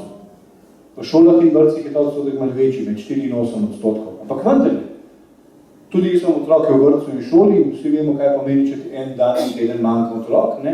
Ja, en dan malice je 0,8 evra.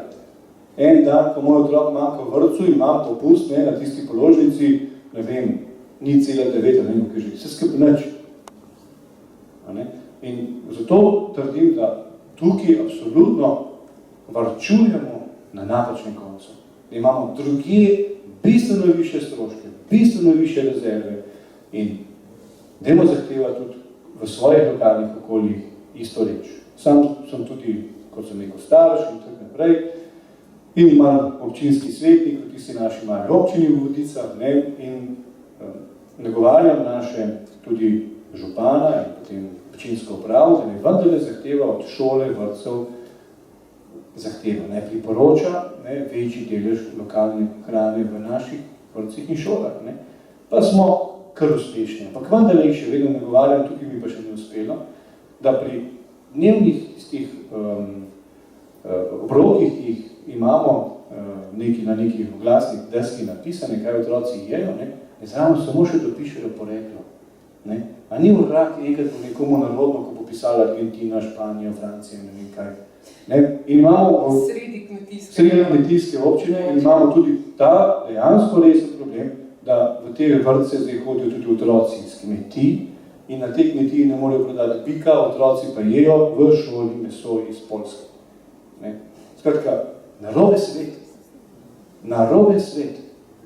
Pa vsi govorimo, pa bi mogel minister, pa ne vem kaj, nič tukaj minister ne more narediti, razen tiste dva zrezka, ki jih pojejo, več ali pa manj, ne, slovenska. Mi smo, vsak od nas lahko to zahteva, smo v svetu staršev, smo potrošniki, ki gremo v trgovino z vozičkom in nabavljamo to hrano. Noben minister nam tukaj ne more pomagati, je škoda iskati krivca, ne, mi smo tisti, potrošniki. Radi se primerjamo z Avstrijo, ne, sosednjo Avstrijo, tam je stvar zelo jasna. Potrošniki kupujejo avstrijske prehranske izdelke In v Avstriji imata dve trgovski verigi 80% tržni delež, ne, pa nobena ni avstrijska, pa se zato prav noben nič ne sekira. Ima pa avstrijske dobavitelje? Ima pa praktično v sezoni za neke izdelke izključno avstrijske izdelke, ker drugih enostavno ne proda. Mi se sekiramo, pa Pik Vrbovec, pa ne vem, kaj še vse prihaja v Slovenijo. Vse da prihaja, ker mi to kupujemo. Če ne bi kupovali, to ne bi prišlo v Slovenijo. Ne sprodajo, recimo, Mercatorjev, o kateri si veliko govorim. Če bi bili zreli potrošniki, je čisto vse in čigave Mercator. Je čisto vse. Ok, dobički, pa tudi dobički ostajajo v naši državi. Seveda je to slovensko podjetje, samo lastnik kapitala od nekaj drugih. Ok, verjetno je tudi kaj ven, tako naprej. Kar se tiče verige preskrbe s hrano, pa je čisto vse in čigave. Pa mi ni vseeno, ker smo ga prodali, mimo grede, ne? Ampak vendar. Toliko.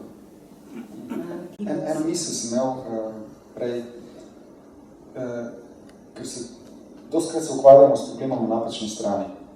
Pred kratkim je predavatelj v Estoniji povedal primer avtomobila. In je rekel, pri avtomobilu v bistvu 96% avtomobila je to, da stoji. 4% avtomobila je to, ko ga mi uporabljamo, in pri teh 4%, oziroma malo več je, no, ampak 4% so tisto, kar je del motorja. Tako da mi, če optimiziramo motor in ga izboljšamo njegovo učinkovitost za 10%, smo od teh 4% avtomobila izboljšali 10% učinkovitosti. 96% avtomobila pa je še vedno takega, kot je bil. In na čem se dela zdaj v avtomobilski industriji? Ne več na hardwareu, da tako rečem, ampak na softwareu, na načinu, kako se ta stvar uporablja. In isto stvar lahko prenesemo tudi na prehransko industrijo, distribucijo in tako naprej. Mi ne rabimo imeti učinkovitejšega, ne vem, samo tega proizvoda, ki ga naredimo, ampak učinkovitejšo logistiko, prenos skozi sistem. Od začetka pa do konca. Čim bolj lokalno, kar se le da. Če poznam soseda, se spomnite onega 100 evrov, ki so zakrožili po lokalni skupnosti, ne? Da poznam svojega soseda, ne da smo toliko distancirani, da niti 5-6 nas v tem majhnem krogu, da ne vemo, kdo je komu kaj dolžen, da je kdo sploh kaj ima, kaj si lahko ponudimo in kaj lahko izmenjamo. Da se na tej ravni zgradi. Različno primer s provizorja. Bravo. No, da se gradijo stvari iz manjših krogov, potem proti večjim krogom in da se izmenjava gradi na tak način. Ne pa, da vse centraliziramo in potem z tega centralnega so vedno izgube večje, potrata je večja, nadzor je težje ohranjati. Predvsem pa ni stika, Ja. je odtujenost. Se mi zdi, da si moramo priznati, čeprav živimo v visokotehnološki dobi, da se potrebujemo, pika. In se mi zdi, da ko si to enkrat priznamo, da potem ni več težko niti iti k sosedu po tisto skodelico mleka, ki je mi zmanjkala za kavo. Ne? To je bilo včasih povsem normalno. Jaz se spomnim, v študentskih letih smo se celo zmislili, če bil tam v sosednjem stanovanju in čeden fant, sem si pa zmislila, da ni cukra nimam, čeprav ga že takrat nisem uporabljala. Ni pomembno. Kaj hočem reči, ne?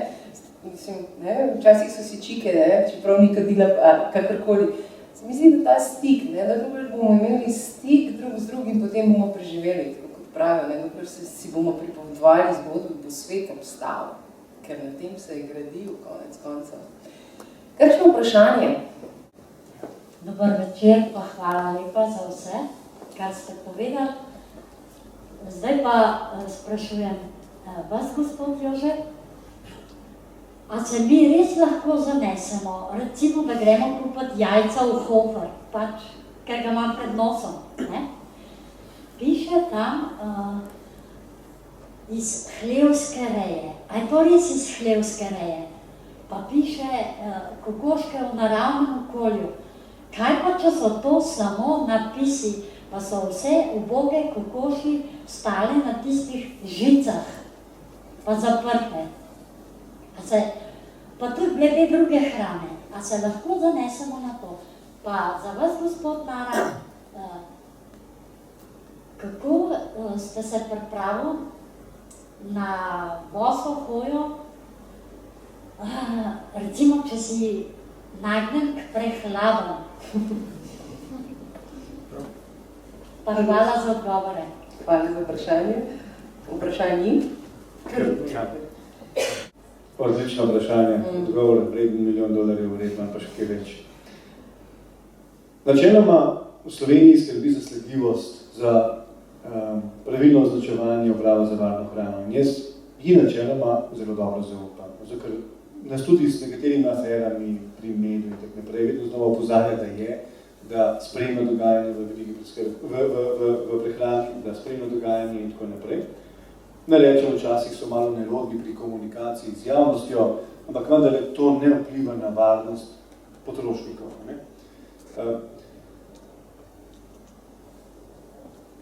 Zdaj, tisto, kar piše na neki embalaži, jaz si upam trditi, da ravno pri jajcih ste omenila, pri jajcih mislim, da skoraj ni dileme, da če piše hlevska reja in tako naprej, je to.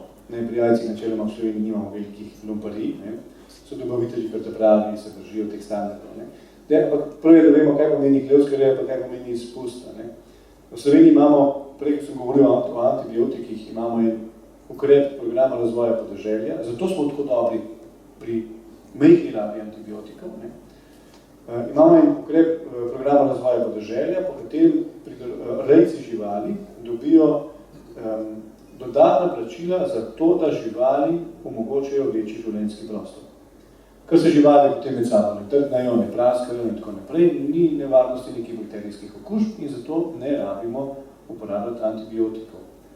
Zdaj vprašanje, kje ti antibiotiki so? Se jih recimo vsak dan teh živali, ki jih imamo. Ti antibiotiki so v krvi, zmešani v krvi. In živali vsakič znova, ko jejo krmo, jejo antibiotike. V Sloveniji, ki imajo živali dovolj prostora za gibanje, tudi pulj se začel se dobrobiti živali ravno pri prašičih, tudi pri ostalih živali, se zadeva ta standard širi. Na ostale živali pomeni, da omogočamo tem živali, seveda ima bolj normalno življenje, pa kljub temu jih imamo na koncu, vemo zakaj, ne za neko hrano, pa pridelavo hrane, ker načeloma ni, če smo nekako zmerni, več narobe. Zdaj, drugo vprašanje pa pri nekaterih drugih artiklih. Jaz si upam trditi, vedno znova in tudi na glas velikokrat o tem govorim, da smo pa malo večji lumpi pri nekaterih vrstah sadja in zelenjave, predvsem sadja, ki jih prodajamo v infuziji. Če je nekaj zapakirano, ti že težko ponarejaš poreklo, jajca so lepo v embalaži in tako naprej. Če imamo mi nekaj v infuziji, pa imamo zelo jasen in direkten jagode in češnje, vsako pomlad. Če bi bilo to res vse slovensko, ker se prodaja po slovenskih cestah, je Slovenija še pol Patske nižine, pa še malo Hrvaške. Češnje prihajajo iz Patske nižine, iz Italije, jagode pa iz Hrvaške. Tam vam piše jagode iz podbočja, že takrat, ko podbočja še skoraj zelene niso na jagodah. Skratka, tukaj pa smo malo, ali pa velikokrat kar zavedeni s poreklom. Uprava za varno hrano je vse bolj pedantna vsako pomlad. Tudi sam, pa si dovoljen to kot varuh, smo tudi dogovorjeni z upravo, da če se mi pojavi kakršenkoli sum, ali če nekateri pridelovalci jagod ali češenj posumljajo, da se kakšen lumparija dela, nima milosti, delam prijavo na upravo za varno hrano. No, vsako prijavo pa mora uprava skočiti in jo preveriti. Tako da so tudi eno tistih, recimo, malo bolj takih inšpektorjev, ki voda ne grem inšpicirati, ampak delam pa prijavljeno upravo za varno hrano, ker se mi zdi to pošteno do tistih slovenskih pridelovalcev, ki se matrajo na slovenski zemlji, plačujejo, kot smo že prej rekli, delavci, ki pridejo pomagati, skoraj so sedus, ne smeš več pomagati, jaz kot agronom ne smem delati medsosedsko pomoč, ena frizerka riba lahko k meni, pa hismo sosedo, zato ker pač to tako je. Vsi poznate medsosedsko pomoč, kaj da počnemo po kenki. Krovc ne sme sosedu pomagati cegu zamenjati, zato ker je krovc, mora računi staviti. Jaz, ki pa nisem in pa lahko bo čuval palno, pa kva, Približno se to zdela. Skratka, jagoda iz sosednje Hrvaške je, oziroma začel malo širše. Slovenija je na tej svoji poziciji, kjer smo, na enem takem zanimivem predpihu. Pogledujemo se proti severu, za sabo imamo jug. In ta jug ima nedvomno nekatere priložnosti, prednosti, ki jih v Sloveniji več nimamo. To je poceni delovna sila. In jagoda predelana na enak način, z enako tehnologijo kot v Sloveniji, je lahko kar pomembno 25% recimo cenejša kot slovenska jagoda. V istem terminu z enako tehnologijo, kot sem že pomenil, z enakimi rastlinjaki. Zaradi tega, ker je pridelava jagod in češenj vezana na delovno silo. Tam je delovna sila pomemben strošek te pridelave. Ne? In je verjetno, če smo pa zdaj na koncu, sem rekel, da nismo zaleli že enkrat, ne? Da nismo zaleli partnerji velike preskrbe s hrano, pa če gledamo samo na finančni rezultat, se nam veliko splača kupiti jagode na Hrvaško, po Slovenci, nam malo pride čez mojo Slovenijo, prodajati pod slovensko jagode. Vrhunski zaslužek, boljši, kot če bi se doma matro pa to jagode pridelal. Enako pri češnjah in tako naprej. Zato tudi tukaj, bom še enkrat podaril, ostanimo zahtevni potrošniki. Jaz od vsakega resen, malo posebej še zdaj občutljiv na te reči kot varuh, tudi sicer se poskušam malo v zadnjo celico možganov in sicer morajo biti prepričati, da vendarle, dragi Jože, kupuj slovensko, preverjaj, ali je in ni, še vedno te bo kdo prinesel na mučenikov, ampak vedno znova sprašujem, ob cesti, ko kupujem jagode, čigave so te jagode. Glede na to, da poznam celo Slovenijo še tudi iz prejšnje službe, kjer sem delal po tej naši Sloveniji, pospraševal tudi pri pridelovalcih jagod in tako naprej, me malo težko okrog prinesejo in hitro pogledam, kam dostačko molim. Če še niso niti zelenimi rastlini, potem ne mora biti jagode s podbočja, sredi maja, če še zelenih ni, ali pa so ravno zeleni, lepi, mi pa že mislim.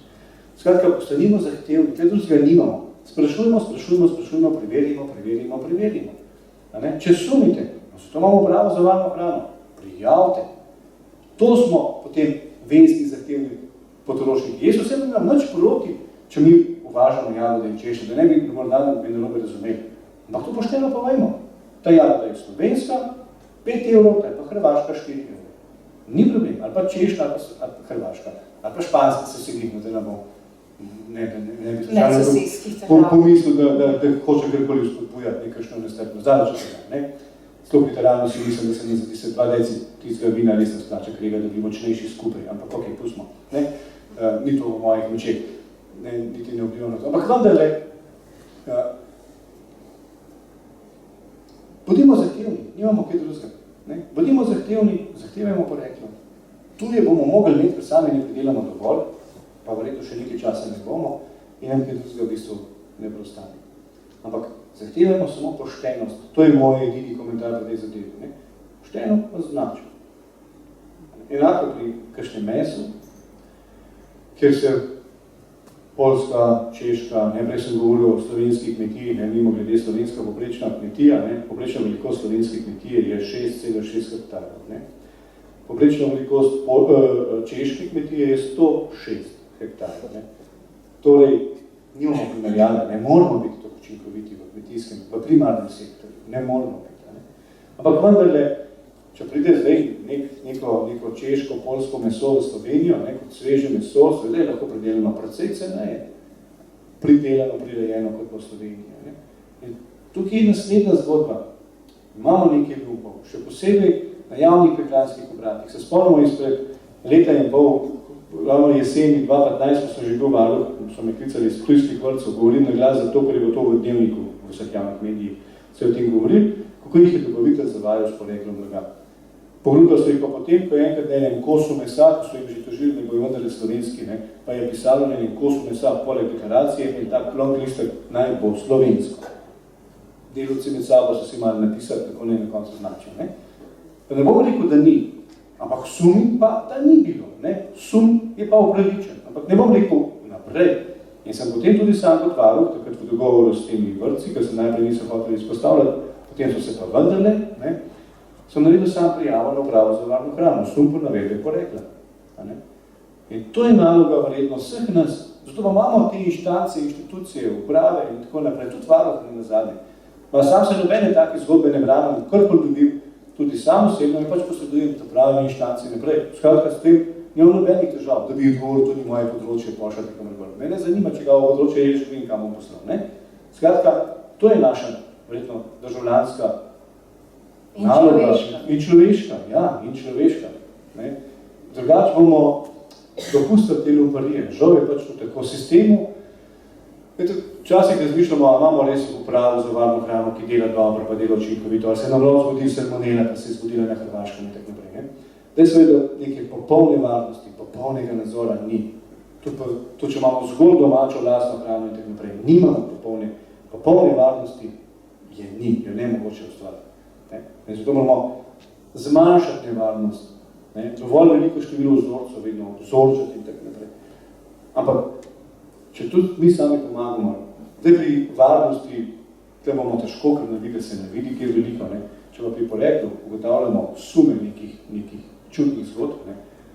Dajmo prijavljati, bodimo zahtevni, bodimo pošteni, človeški in dajmo priložnost, kot že vodoma rekel, slovenskemu kmetu.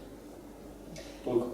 Biti kritični, ne? In zdaj se spet vračamo mogoče tudi na ta stik samim sabo, kdaj smo kritični, takrat, ko se cenimo, ne?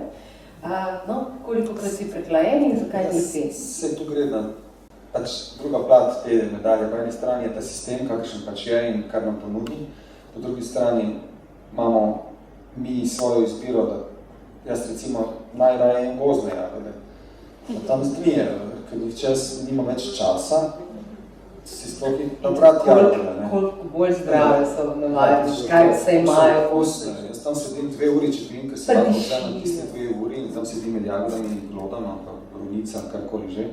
Sicer zadnje čase sem tudi pretiraval z delom, pa si nisem vzel čas za jagode, pa sem si rekel, ne, ko so jagode, 2 uri ni, in sedim tam med jagodami in jih najdem jih, ker vem, kje so, imam že nos za to. Jaz kar nekako zabijem s poti, tudi če ne poznam kraja in vem, kje jih bom našel, kar nekako jih zavoham. No, čuden si pač, kaj? Ja, čuden sem, ja. Znam, nekako instinkt me vodi na tisti travnik, na robu gozda, kjer točno je so. Čeprav tam še nikoli v življenju nisem bil. To čudnost, ja.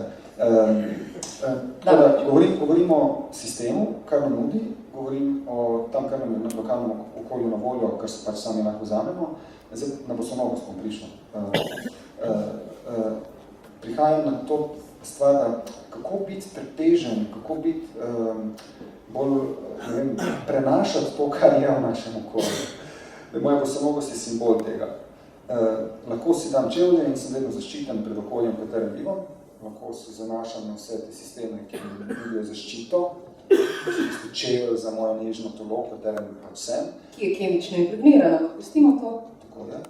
No, lahko pa odprem sebe za to, kar je v naravnem okolju in primarno sem odvisen od tega.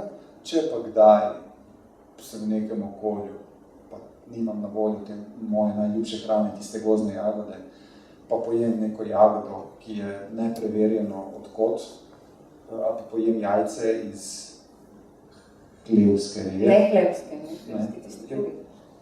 Pač je moje telo tudi nekako navajeno, odporno na take stvari. Pa tudi, če bom pač zbolel, pa malo, se to pa še enkrat zgodi, nimamo kaj, ne. Mislim, da smo včasih toliko panični pred temi stvari, da se s psihosomatsko že nakopljamo bolezni, čeprav niti ne bi jo dobili, če ne razumete, če govorim. Pač, eni ljudje je vse živo, pa nič še kadijo. Moja primerna zgodba je eno gospodu, ki je na stara leta, so v bolnico peljali, so odkrili neko bulo na jetrih in so rekli, da je to verjetno vzrok za vaš problem. Je pa celo življenje, liter vina na dan, spil cel dan je bil zunaj na njivi, jedlo je vse živo, kar je bilo 90 let doživel, to je verjetno vzrok vaše bolezni. Gospod je rekel, ja, veste kaj, to sem jaz že leta 50, je zdravnik to našel na jetrih, pa sem rekel, da bodo tudi mene rezali, grem jaz domov. In je preživel vsa ta leta pretežno zdrav, nisem nič sekiral te zadeve. In pri moji bosonogosti je tako, enkrat sem se sezul, sem se izpostavil mrazu, nekaj časa je trajalo, da sem se prenavadil, tiste vedno mrzle noge, problemi z veste, cirkulacija. Nekaj časa je trajalo, ko sem se navadil, hvala Bogu, nimam več nikoli mrzlih nog. Zvečer grem spat, ne rabim, v bistvu jih rinem ven izpod deke, ker mi je vroče v noge. Prehladi, kaj je to? Meni prehlad pride zdaj zaradi stresa, če se preveč stvari nakopljem. Ne zaradi teh zunanjih. Zribe. Ljudje imajo gripe okrog mene, jaz sem zdrav. Pravim, kašelj, pa kakšna vročina mi pride bolj zaradi stresa. Moj način zdravljenja je ne jem. Pač par dni ne jem. Mi sploh ne vemo, kaj je lakota. Zdaj mi smo imeli meditacijo, pa je rekel naš vodja meditacije, on pravi, da to ni meditacija, da biste samo sedenje in samega sebe. In je rekel, verjetno ste opazili, da je ura 8 in da smo pravkar pojedli večerjo. in potem mi pojasnil, da v bistvu mi nikoli nismo lačni, da mi ne vemo, kaj je lakota. Tako da čez 3 dni si vzamem, da nič ne jem, to ni lakota, to je samo počitek, malo počijem tako od te hrane, ki jo stalno šopam v vase. In na ta način, ko se poskrbim za svoje zdravje, da malo razbremenim telo, bosonogosť je spet simbol tega, malo razbremenim telo, izpostavim svoje stopala bolečini. Ko več ne znamo impulza obrat, ki smo jim izpostavljeni, majhen impuls, hodim bos, berem podlago. Ta majhna bolečina, ki jo zaznavam, ki je za vas verjetno velika bolečina, zame je postala majhna bolečina, ki mi nekaj sporoča, ni več težava, ni več, moje telo se ne odziva na njo s paniko, ampak se odzove z njo, kako lepo, berem kamenčke na poti. Zdaj po Ljubljani hodim bos, veste kako ti kamenčki od posipanja. So malo neprijetni, se jih možeš naučiti brati. Ne zdaj, ampak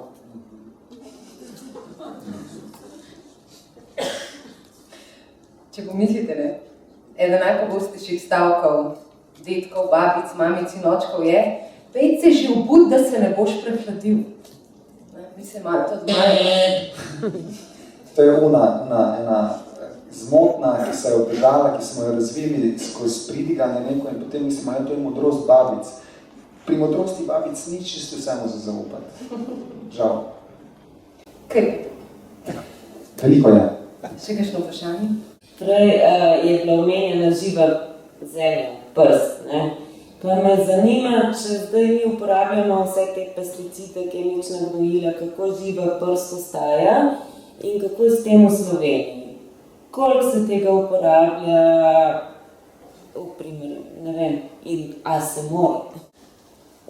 V Sloveniji smo tudi tukaj malo tradicionalni, pa vendarle je prav, da vemo, da ravno pri uporabi fitofarmacevtskih sredstev omejeni tudi na nacionalno zakonodajo. To pomeni, da imamo v Sloveniji bistveno manj fitofarmacevtskih sredstev, sploh na razpolago, kot kjerkoli v Evropi. Čisto je primer, brez vedno ne bomo razumeli, o čem govorimo. Vsi vemo, kaj je motovilc. In motovilc, v Sloveniji nimamo nobenega sredstva za uničevanje plevelov med motovilcem, kar pomeni, da moramo poplet, potem rezati, da ni plevela zraven in tako naprej. Na lastno oči sem videl plantažo, če temu lahko rečemo, ampak za motovilce je že kar dobra plantaža. 7 hektarov motovilca na eni francoski kmetiji, ni bilo niti enega plevela, strojno so ga pobila. In na koncu, to razlagam tudi zato, ker na koncu tega motovilca konkurirate tudi drugemu na policiji. Normalno, da bo slovenski dražji. Ja, pa da se vrnem nazaj na vprašanje, na odgovore na vprašanje. Praviloma v Sloveniji uporabljamo tako sredstva za varstvo rastlin, kot tudi gnojila. Zdaj, ali je to nujno potrebno? To je naslednje vprašanje, v katerega verjetno nimamo jasnega odgovora. Tradicionalni pridelovalci hrane ali pa tradicionalna veda agronomije uči, da seveda le z dobro agrotehniko bomo lahko pridelali hrane dovolj za vse naraščajoče prebivalstvo na tem planetu. Proti 9 milijardam že govorimo, da gremo počasi. In eno od nespornih dejstev je, da bomo za to rabili veliko hrane. Ampak tudi zdaj, ko se dobrih 7 milijard, je še vedno kar nekaj ljudi lačnih. Hrana pač ni enakomerno razporejena po celem planetu in tudi takrat, ko nas bo 9 milijard, ne bo razporejena. Tako da, dejstvo je, da znamo predelati tudi brez tega. To je dejstvo. Znamo predelati kvalitetno hrano tudi brez rabe mineralnih gnojil in brez rabe sintetičnih fitofarmacevtskih sredstev. In se pomagamo na drugačne, okolju bolj prijazne postopke. Naravno pomenu, kompostiranje in tako naprej, oživljanje. In da rezultati kažejo, da to res lepo uspeva, da to rastline lepo rastejo in tako naprej. Tudi pri varstvu rastlin, tudi pred 100 leti, ko še ni bilo teh sredstev za varstvo rastlin, je človeštvo živelo, z manjšo populacijo, z nižjimi predelki, ampak vendarle imamo neke alternative, s katerimi bi se lahko pomagali in pridelovali hrano, recimo na ekološko bolj primeren način, prijazen način. Moram povedati, če se slovensko kmetijstvo primerja z evropskim kmetijstvom, smo tukaj res zaostali, glede rabe fitofarmacevtskih sredstev in gnojil. Še dobro. Res zaostali. Če se pogledate razvito Nizozemsko, kot je Meko, katero smo vsi agronomi hodili s takimi očmi gledati, njihovo kmetijstvo in tako naprej. Tam so 50 let uporabljali praktično 4-krat večjo količino samo dušičnih gnojil kot v Sloveniji. 50 let. In zakaj ima danes tam hidroponiko tako razvito? Ja, zato, ker je drugač hrana na pol zastrupljena, ker imajo tla takšno. Če se pogledati njihove kanale, so polni alg, alge so tipičen pokazatelj hranil v vodi. Ok, tudi v tej vodi, če bi pustil tukaj 2 meseca, bi se alge razvili neke take zelenke zgrade. Ne, ampak tam so vsi kanali, so skoraj pretočni kanali, vodo ne uporabljajo za namakanje in tako naprej. So polni nekih hranil, alg in tako naprej. Smo tradicionalno prav zaostali pri rabi teh sredstev. To na kratko. A mi dovolite še eno vprašanje? Počasi bomo zaključili še Nara. Samo glede tega. Jaz sem zelo za naravno, vem pa, da je preobrazba traja. In znanja, ki sem jih prej opisoval, ki prihajajo z raznih koncev, ki ljudje na majhnih površinah prakticirajo, se zdaj širijo tudi na malo večje površine.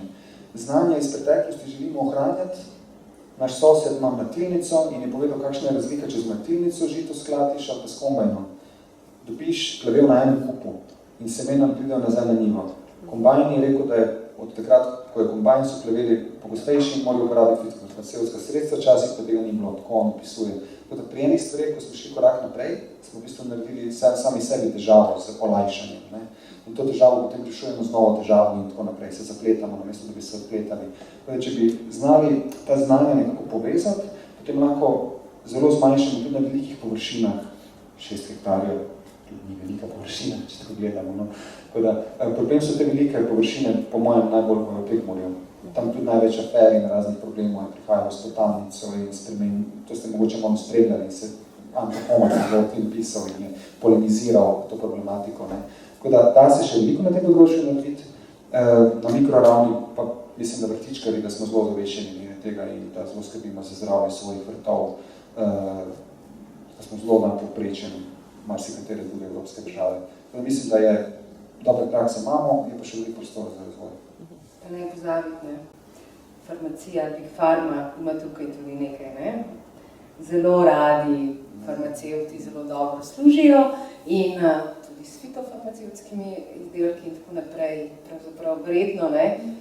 Za marsikoga ta korak nazaj ni nazaj, ampak je naprej v profit. Tako da jaz mislim, da spet, ne? Če smo mi kritični kot potrošniki, če bomo mi kazali s prstom, ja, nekdo nekoč ne bo več mogel reči, vse vas je premalo. Ne? Ko nas bo dovolj, bodo morali nekaj spremeniti. Kaj ne rečem, dolgi smo že danes, oziroma pravzaprav to je tema, ki bi se lahko še odpirala, zato mogoče za zaključek čisto kratka zgodba, kot verjetno veste, da je Lev Tolstoj ni pisal samo dolgih romanov, ki so spremenili naše svetovno literaturo, ki je pisal tudi kratke zgodbe in napisal je tudi zgodbo, koliko človek potrebuje zemlje. Jo bom povedala v krajši verziji. Bil je en gospodar, ime mu je bilo Pamoh, bil je kmet in je imel seveda ženo in živela sta na podeželju. Potem pa je prišla k njima na obisk starejša sestra te žene, ki je pa živela v mestu.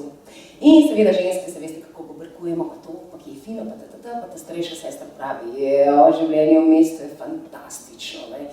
Kako lepo je nositi dobre materijale, otroci so vedno pražni, oblečeni, veš, kaj pomeni, da greš lahko v gledališče, da greš lahko po promenadi, na sprehod.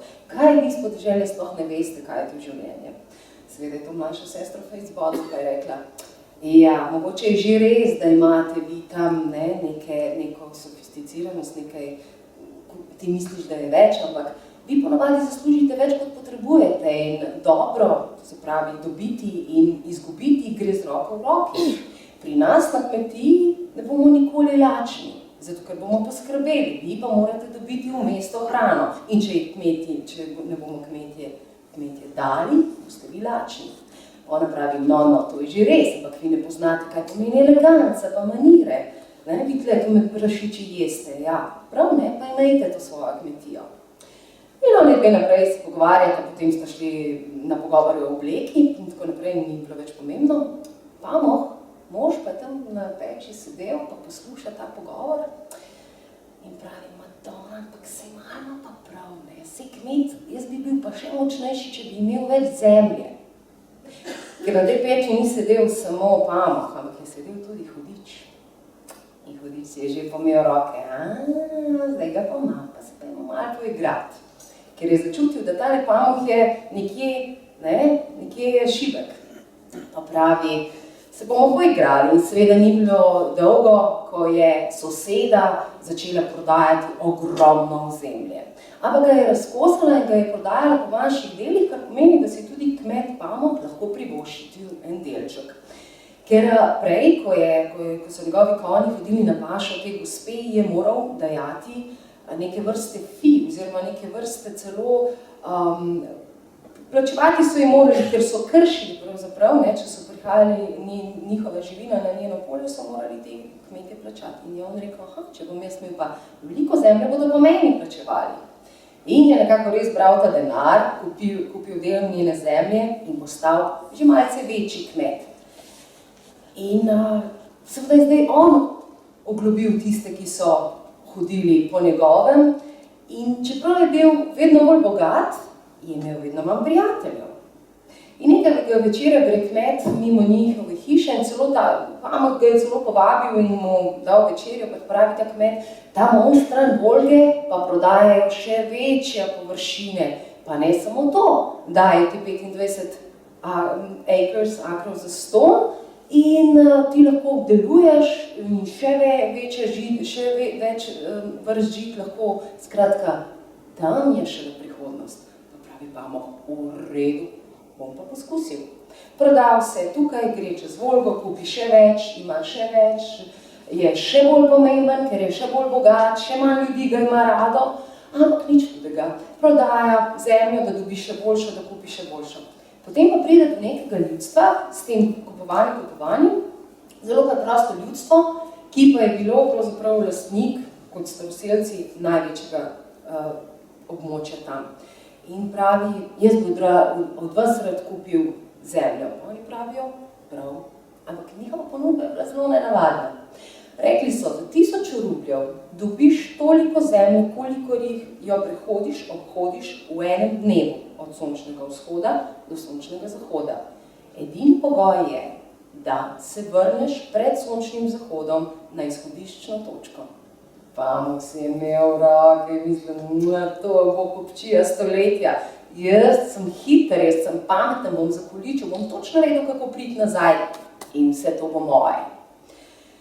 In res, zanimivo pa je, da je v tej noči, preden je šel na ta obhod, sanjal, kako leži pod nogami hudiča, mrtev, hudič se mu pa smeji. Pa je mislil, to so samo sanje.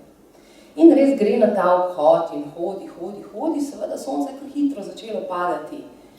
In enkrat se zave, da če ne bo res pohitev, da ne bo prišel več na izhodiščno točko. Poglavar tega ljudstva ga je pa celo čakal na vrhu hriba. Zakaj?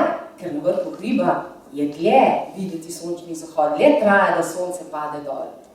In pamah to vidi in začne laufati v hrib, teče, tik preden je sonce padlo za obzorjem, je on prispel na vrh. Ampak žal je bil tako izmučen, da je padel in umrl. Seveda je pamah imel svojo služničat in eden od teh služabnikov steče k njemu, da bi mu pomagal, bilo je prepozno. In na večer, zdaj je sonce že res padlo, ljudstvo, poglavar so šli, gospodu ni uspela kupčija, pa ga je služabnik skopal, je vzel lopato in skopal tisto luknjo od glave do pet. Je potreboval približno 1,80 m. In to je ta zemlja, ki jo človek v resnici potrebuje. To je zgodba Leva Tolstoja, ki se mene, moram reči, on seveda to še tako piše, prevoda v resnici sploh ni v slovenščini, ampak to so zgodbe, ki jih je vredno brati, ker čeprav so napisane 130 let nazaj, so tako zelo tu zdajšnje. Posebej tu zdajšnje, ker, kot smo slišali danes, se pogosto lotevamo stvari z napačne strani, ampak samo zato, ker nismo v stiku s sabo. In mogoče, ti si omenil Nara v enem svojih intervjujev, Esejistka Agnes Repelje, če sem prav rekla, je napisala: ni lahko najti sreče v sebi, nemogoče jo je pa najti kje drugje.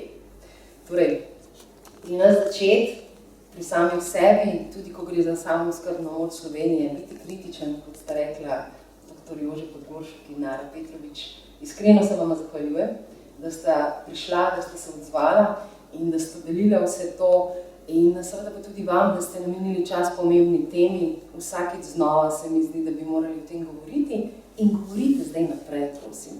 Povejte tistim, ki so bili doma, da mi je lahko žal, ampak še dobro, da ste bili vi na tem večeru, da lahko poveste.